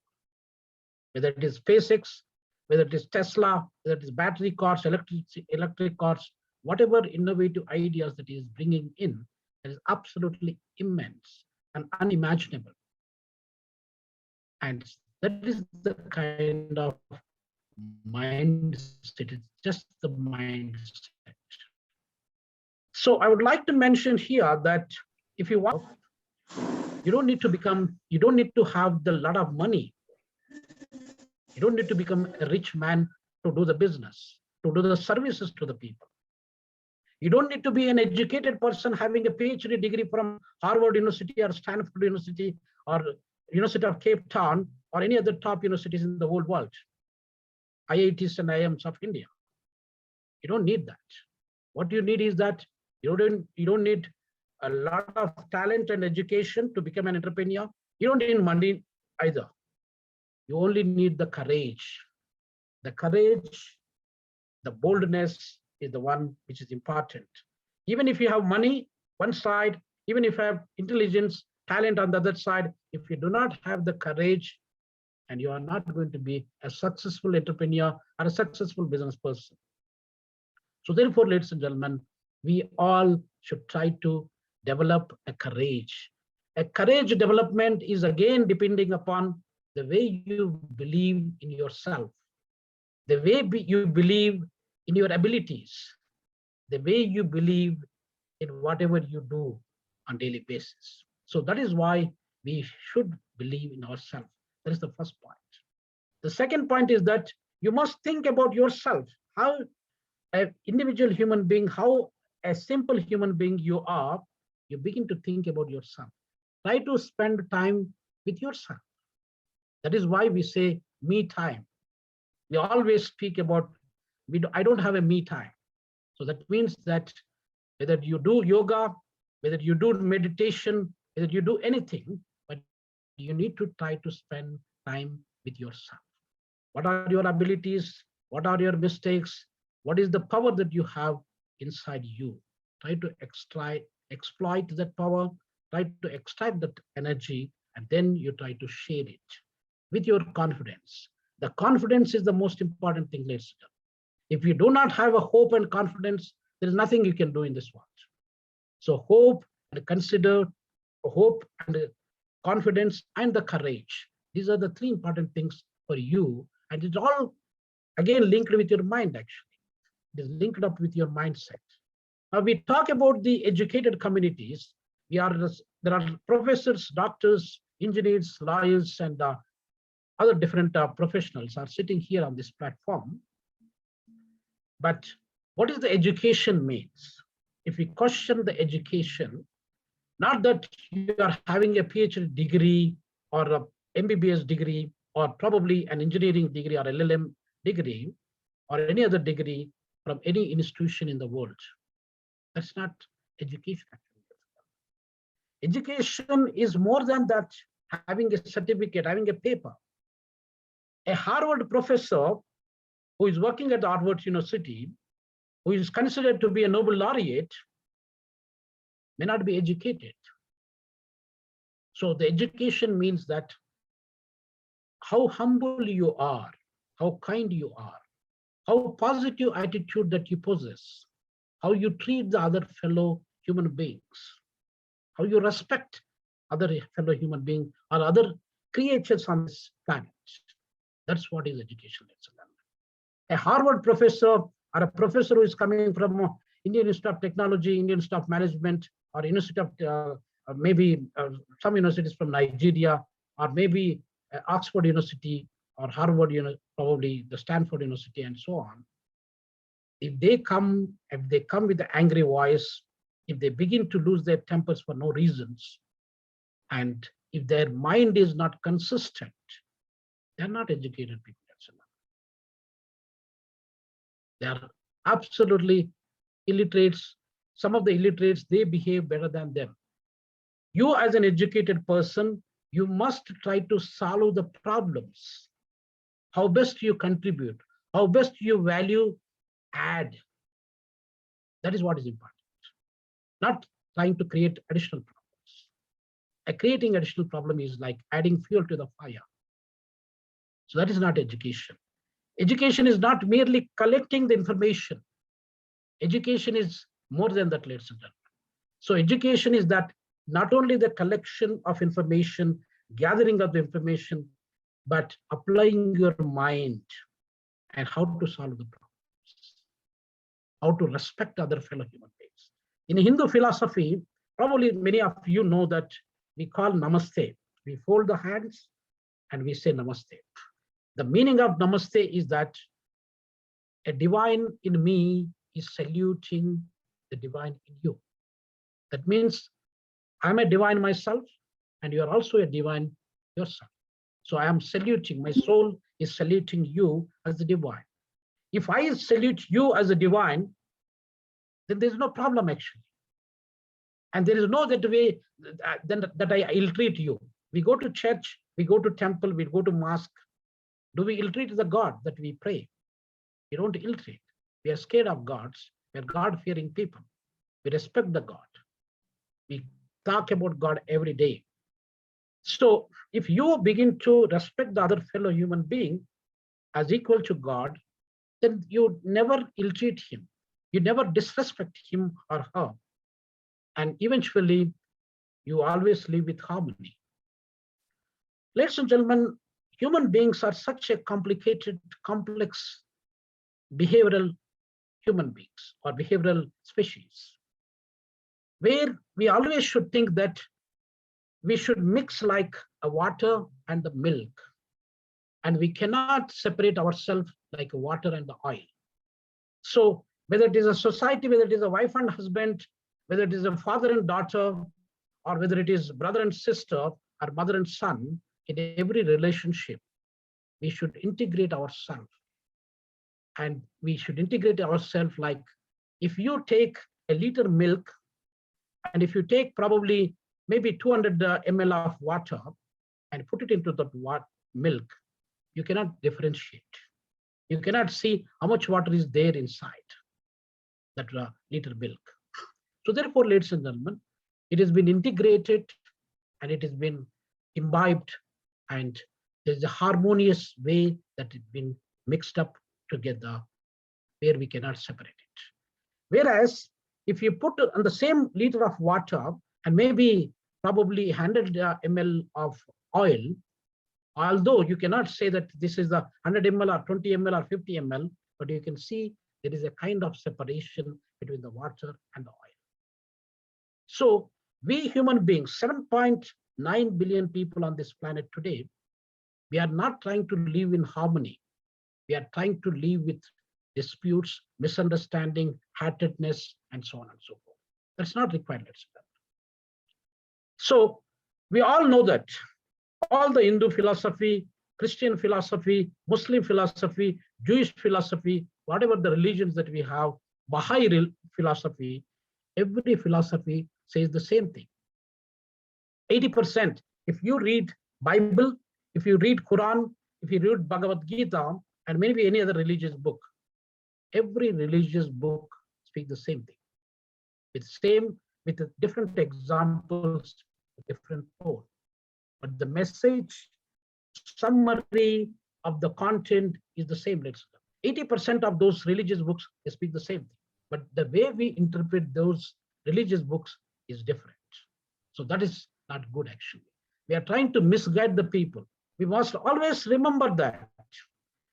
The people that are sitting here, some of us, we are more than 50 years of age, and some of us, maybe we are about 30, 40 years of age. No matter whatever age group we are in, we all will be living this world in another 50 to 70 years of time. Whoever people sitting here or listening to this, we are not going to leave. We will be leaving this world for good. Whether we accept it or not, but that's the reality. We have Michael Jackson, who is considered to be one of the famous, probably dancer, musician.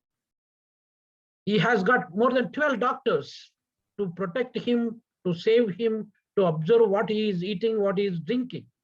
But Michael Jackson is no longer with us. He's been paying so much money for those 12 doctors. So all the rich people and the poor people living on this planet, we all will be living for good one day or the other day. When we are living here on this planet for a temporary purpose, why do we need to develop an attitude, a mindset that has got a lot of ego and a lot of negative attitudes? And we begin to hate our neighbors. We begin to hate our fellow human beings. The number of people that you live, ladies and gentlemen, that you love is much lesser than the number of people you hate. We need to make the change. We need to adjust that. There should be a paradigm shift there where we begin to love more people and hate less people or no people. So that's how we begin to change ourselves, our mindset. So ladies and gentlemen, I think with these few remarks, I don't know how many minutes do I still have, Prof? Maybe another 10 minutes or 5 minutes. Can I conclude? Yes, please. Another 10 minutes, please. Okay, Prof. Thank you. Well, ladies and gentlemen, the world that we are living today is becoming more complex, more unsustainable, and more volatile, more risky environment, meaning that we are living in a VUCA world. A VUCA world means VUCA. Volatility, complexity, uncertainty, and ambiguity. So everything that we are doing, we are connecting with these 4 points. And when we are living in this VUCA situation, VUCA world, what are we going to achieve tomorrow and how are we going to achieve tomorrow? It is absolutely very, very indefinite, meaning that there is no certainty, there is no guarantee what we do, what we achieve in the future. But nonetheless, if you begin to believe in your abilities consistently and you work harder without expecting any kind of benefits, and you would make sure that you achieve what you want to achieve. That is why we have companies like Google, which has started probably more than 25, 26 years ago in a small garage. Sergey and Larry Page, both of them are unemployed guys who doesn't have the money to pay their rent.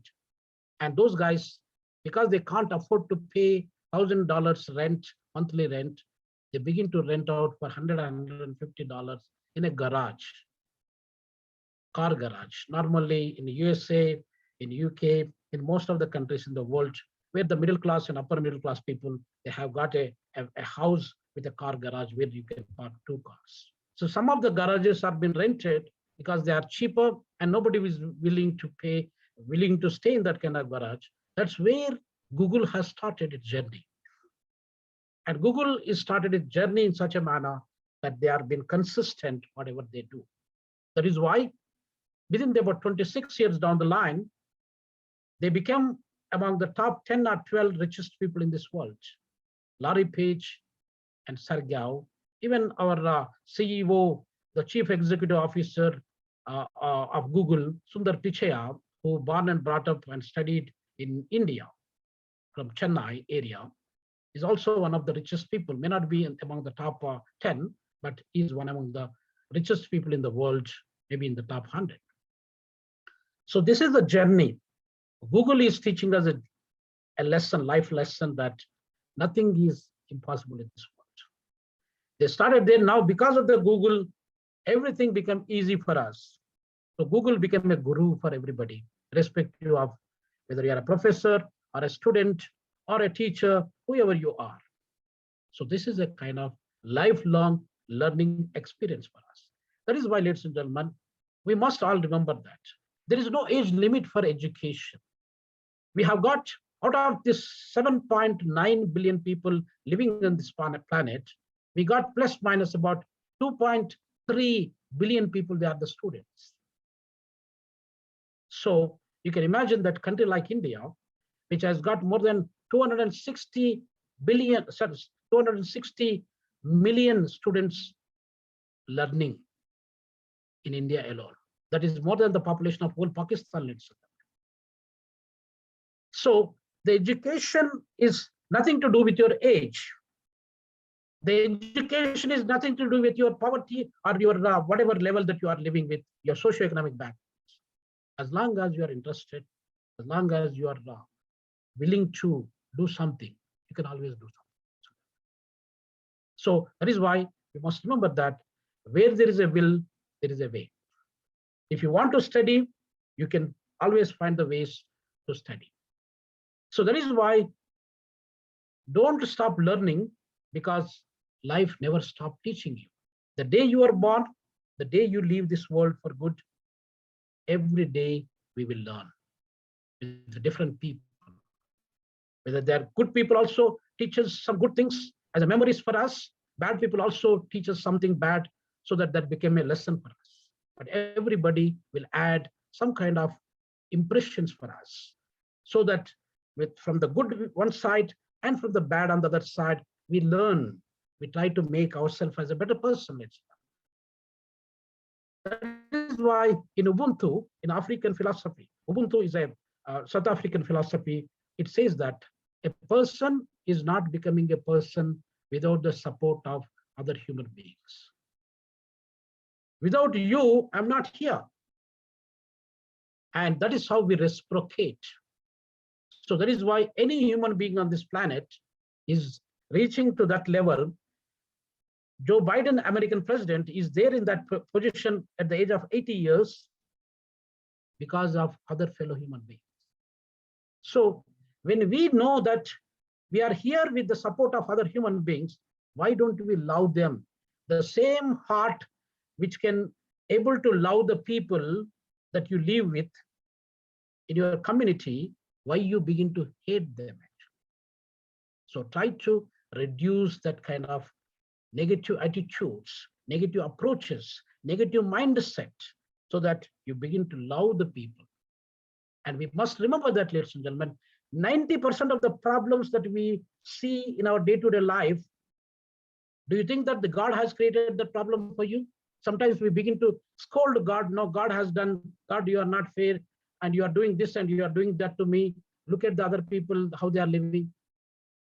Ladies and gentlemen, we must remember that 90% of the problems that you face in your life, that you create yourself. Through your attitudes, through your behaviors, through your whatever you do in your daily life. So only 10% of the problems that are not in your hand, they may be accidents, they may be earthquakes, they can be tsunamis, they could be anything that is not in your hand. So remember that 90% problems you can able to control yourself. That means we would always control the problems of this planet. So that is why we must always remember that respecting each other, respecting other fellow human beings is a very, very important part of learning process. If you learn, you become a technocrat, a world-renowned, knowledgeable man, but you don't respect other fellow human being, that means your education is nothing less than. So that is why we must remember that life is a journey. We cannot stop learning at any stage. I got a PhD student who is doing his PhD for the past 3 to 4 years with me. Now he is 64 years of age. I got lots of master students to whom I taught at MBA level. They got, some of them, they are more than 60 years of age. So at the age of 60 and at the age of 64, 65, what they are going to achieve at that level, let's say. They have a satisfaction. They have a mental satisfaction that they got a PhD at the age of 60, 65. They got a master's degree at least at that age. We are all privileged people, ladies and gentlemen. We could able to complete our masters and PhDs maybe earlier than 20s and 30s, or some of us in 40s. But there's no limit for education, ladies and gentlemen. And we have seen so many people that in the news media, we always watch that a person who is of 80 years of age, at the age of 80 years, he got a PhD degree. A Kenyan oldest man who passed the matriculation probably in about 73, 74 years of age. So that is why always we must be consistent on what we do. And that is why water looks so soft, but water is persistent. And that is why the water can cut the rocks. In a river-based area where the water is flowing so rapidly and seriously, and that water is trying to break the stones. So that is why your mindset, if you could able to change that mindset, you could able to transform your ideas, you could able to implement your ideas, then miracles will happen. So before I end, I would like to mention one important point here, that we always come with a lot of backgrounds, a lot of problems. Look at the flute. A flute has got so many holes.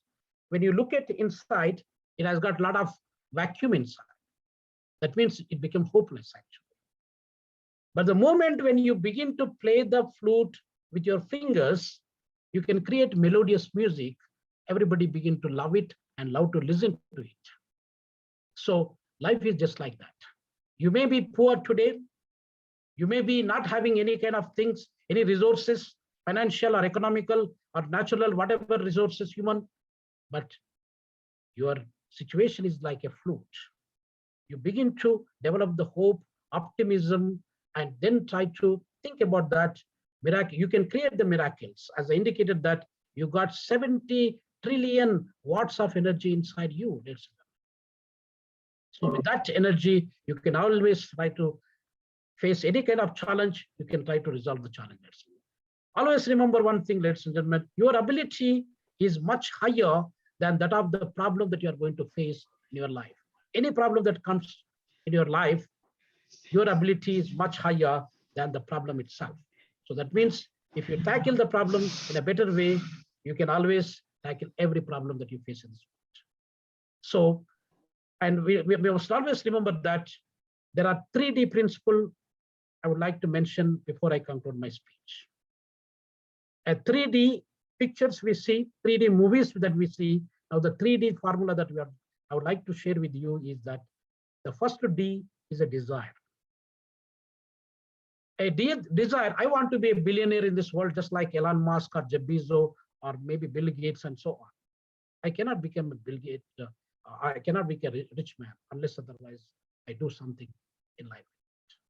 So mere desire is not going to take you anywhere. Whether you want to be an educated person, whether you want to be an entrepreneur, whether you want to be a corporate business, or whether you want to be a social scientist, mere desire doesn't take you anywhere else. The second D is the decision. At least you decide to do something. Probably Professor Elizabeth might have had a desire to do something, to contribute something, to stimulate the society, to empower the youth and the women in this world. She has got a desire one stage, and she decided to do something that's what probably she ended up doing. YYCI International organization she started. So that is the decision she decided. Thank you. And then she got close to, whatever she's doing today. she's got next step. And the third and the ultimate D is that, ladies and gentlemen, is determination. You must be persistent. Like I was giving the example of flute and the water. You must be persistent on whatever you do. And your perseverance and your persistency will always bring a better and probably marvelous results, actually. So that is why your desire doesn't help you. You want to become a millionaire or billionaire. You want to help this downtrodden in this world. Doesn't make any sense. You decide and you determine, you keep doing something small, then the bigger things will happen. So with this few remarks from my Thank side, you. Thank you I'd like to so thank much. like Thank to you, thank thank you, thank everybody. you, thank you, thank you, thank you. See the reason why I have to invite you to come and share with us. I know we missed you in January, but you are back again because I never give up on people because you never know what you are going to learn and what you are going to gain. And you never know who is going to give you the tools that you need for your next level. So that is why we don't give up on people. And that is why we will continue to encourage people to share on this platform. So Professor Ravinda Rena, thank you for that time that you have shared with us. And I know the reason why I have to wait. We have to wait and wait and wait till this time to, to want to listen to you. And we've learned a lot. And I believe that this is not the end of your missions to Yes You Can International. You're still going to come back and back again to come and give us more stuff. And I want to say thank you, sir, for coming. We appreciate My you pleasure, on Prof. behalf of Thank you. the Yes You Can International patron and matron and our ambassadors and our directors, country directors, and our members, our leaders, our ambassadors. Thank you so much. And I think you are part of us. I think if I check my list, you are also an ambassador from South Africa, I guess. If not, you Yes, are from now. Prof, I think you requested me 2 years ago that I already gave you consent. I am your ambassador, Prof. Thank Maybe you very much. because we've not been seeing you, but now we are seeing you because I'm going to be involving you. We are working together, learning together, standing together, and making a change together. And yes, we can. Thank you so much. We are about to round up the session today. I want to appreciate the time, your patience, your willingness to learn, every one of us. It's really unique because we believe that this time is not a waste and no knowledge is a waste. So we are here from the beginning to this time to be equipped so that we can renew our mindset and also transform our lives, our relationships, and our leadership. So I want to say thank you for this time. I'm just about to round up because I'm not going to speak much because I want to release you so that you can continue with whatever you are doing for Saturday or for no day. It's a busy day for every one of us. And that's why I will keep on appreciating and appreciating everyone that is joining for this masterclass. The next masterclass will be next month. I think I will give an announcement for that later. I don't know if we are going to have it, but I will make decision with my directors and my leaders because that will be the time we'll be celebrating 70 years of our own queen here in United Kingdom on the throne. So we have about special days during that time for the whole nation to do a street party, and enjoy ourselves and celebrate our mama together in United Kingdom. But I will speak to my leaders because this Yes You Can is not only for me to make decision. So I will speak to my leaders, my mentors, my main patrons, my mentors, and I will see what they will say about it. So I won't say we have or we have not. Also, I just want to let you know that when we come together to learn, we can only absorb a certain amount of percentage of what they're being taught, but we can learn more. So that's the more reason the opportunity is there to visit the YouTube and to keep learning and learning until you get what you want to get from that teaching and take action. I always say something. If you go to class or if you go for a seminar or conferences, the only proof that you really learned from it is when you take it in practice. And how do you practice what you don't understand?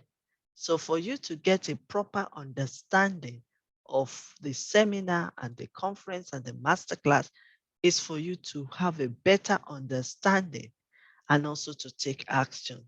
So I will encourage you to subscribe to Yes You Can Internet. I encourage you to subscribe to YYCI TV, YYCI.tv. Subscribe to it, and then you'll be seeing all our previous master classes and sometimes maybe our transformational leadership conference. And and on top of it, as a bonus, regularly, you will be watching my own inspirational nuggets of wisdom, because this is the time for us to be inspiring ourselves. As my doctors and my pastors will agree with me, this journey is not easy and it's not straightforward. So you need the fire, like my young man that just came here to give us the fire. So you need that motivation, and no one else can do it but you. So for you to have the skills of motivating yourself, you need to listen to Dr. Elizabeth Lucas Afalalo from the YYCI.tv for our own inspirational nugget of wisdom. We also have other programs as well. We also do some masterclass on authorship for people that want to become an author. We also have another masterclass for people that want to speak frequently, like we are doing, or you want to connect to opportunities and network with other leaders.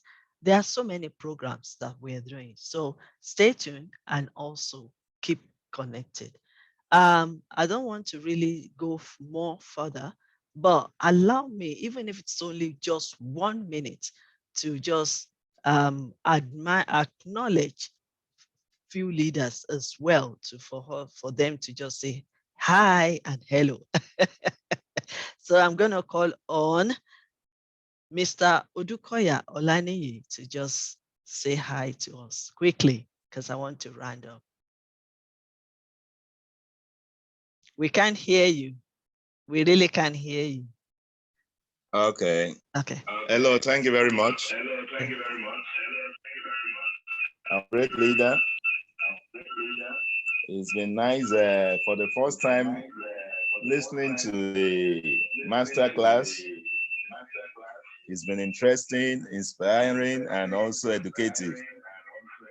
And by the grace of God, I'll be joining you from time to time. Thank you. Thank you, man. Thank you. Also thank you so much. God bless you. That's Mr. Udukoya from Nigeria. We've been working together for a long time, probably more than 35 years. We've been together. So thank you so much for connecting with us again and keep learning. I also want to seize this opportunity to welcome His Excellency Mr. Mohammed Silvano Camara, if it's possible for you to say hello to us. He is our country director and ambassador of Yes You Can International Sierra Leone. Are you here, sir? No, I don't think so. Can you? Okay. Mr. Bagura, do you want to represent Sierra Leone? No. Okay. Mrs. Faith Amina Oluwatobi, do you want to say hello to us? I know. Okay, Mr. Bagura, Do you want to quickly say hi? We appreciate your time. Yes? Yeah, good afternoon, good evening, and good morning to everyone. I want to say thanks to you, our Professor Dr. Queen Lucas, and to all the various speakers. I want to appreciate you so much, and especially you, our UK director, for your efforts, and also to call big dignitaries, mentors across the globe to mentor us as mentees. I really appreciate. God bless you and God bless everyone. Thank you. Thank you so much, and God bless you too, Mr. Bagura. Mrs. Faith Amino Oluwatobi, do you want to quickly say hello to us, please? Hello, we can see you smiling, but we want to hear your voice. Quickly, because we are rounding up. We can't hear you.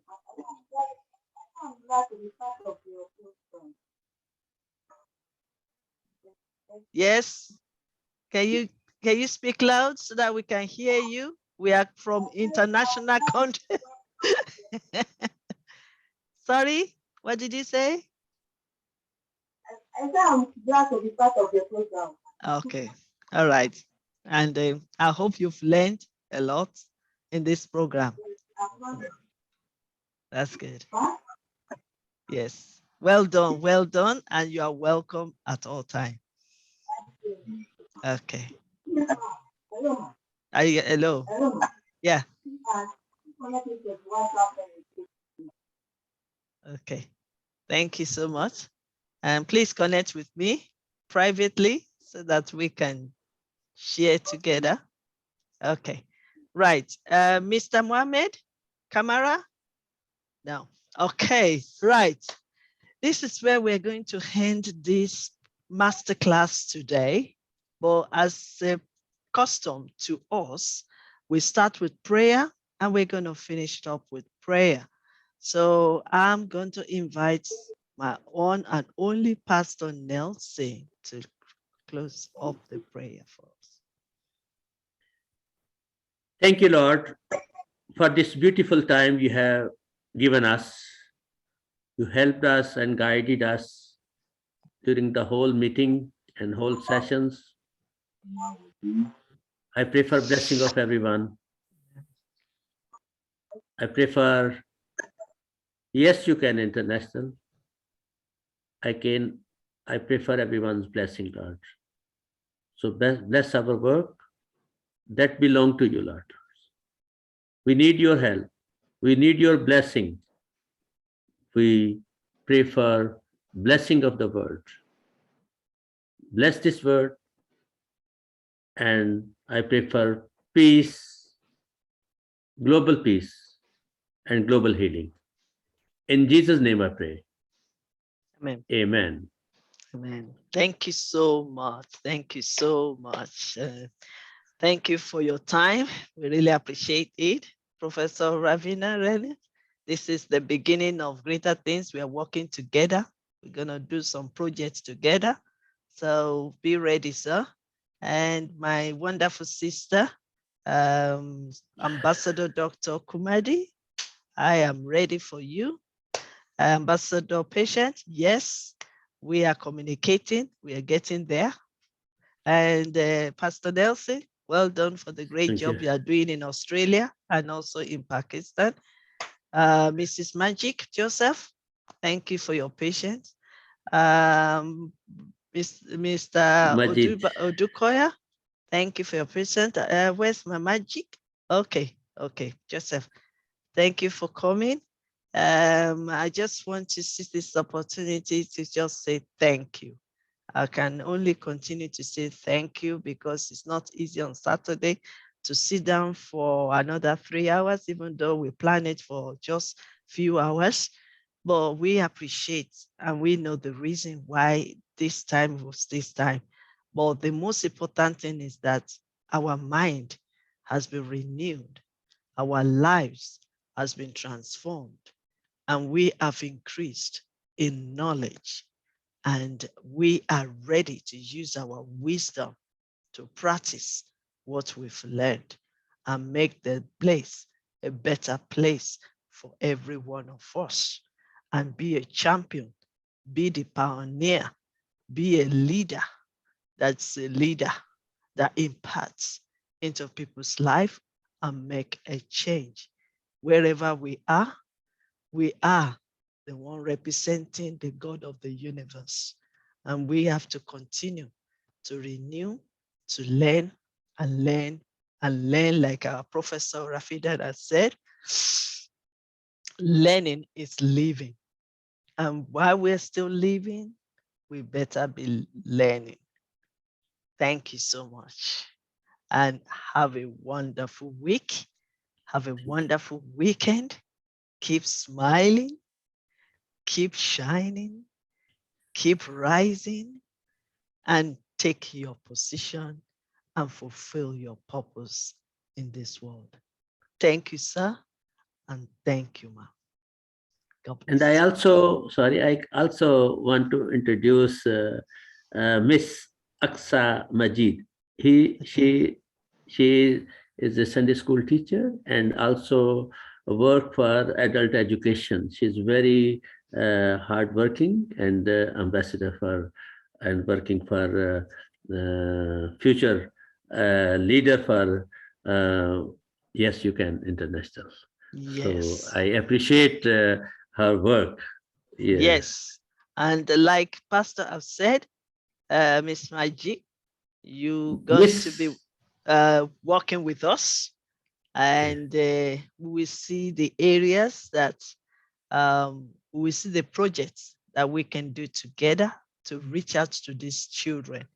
Because like Professor Rena said, nobody can do it alone. We have to do it together.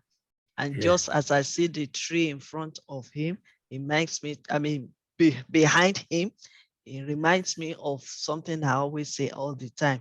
A tree cannot be a forest. So we are together and we will work together. We will stand together, and let us all say, yes, we can. Yes. We can. Thank you. Yes, we can. Okay, so we finished now. So we can, we release you, or you want me to, are you giving me the permission to end the conference, or you're going to leave?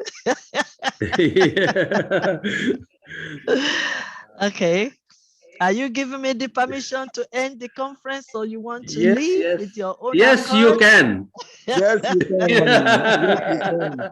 Yes, you can. God bless all of you. God bless you. Thank you God so bless much. you. Thank you so much. Thank you, Professor Thank you Rena. so Thank much. you for Ambassador Prasashi. Thank you, Mr. Olaniji. Thank you so much for everybody. Thank you, Miss Ambassador you. Patience. Thank you so much. Thank you so much. Bye-bye. Now I'm clicking it. God bless everyone. God bless you.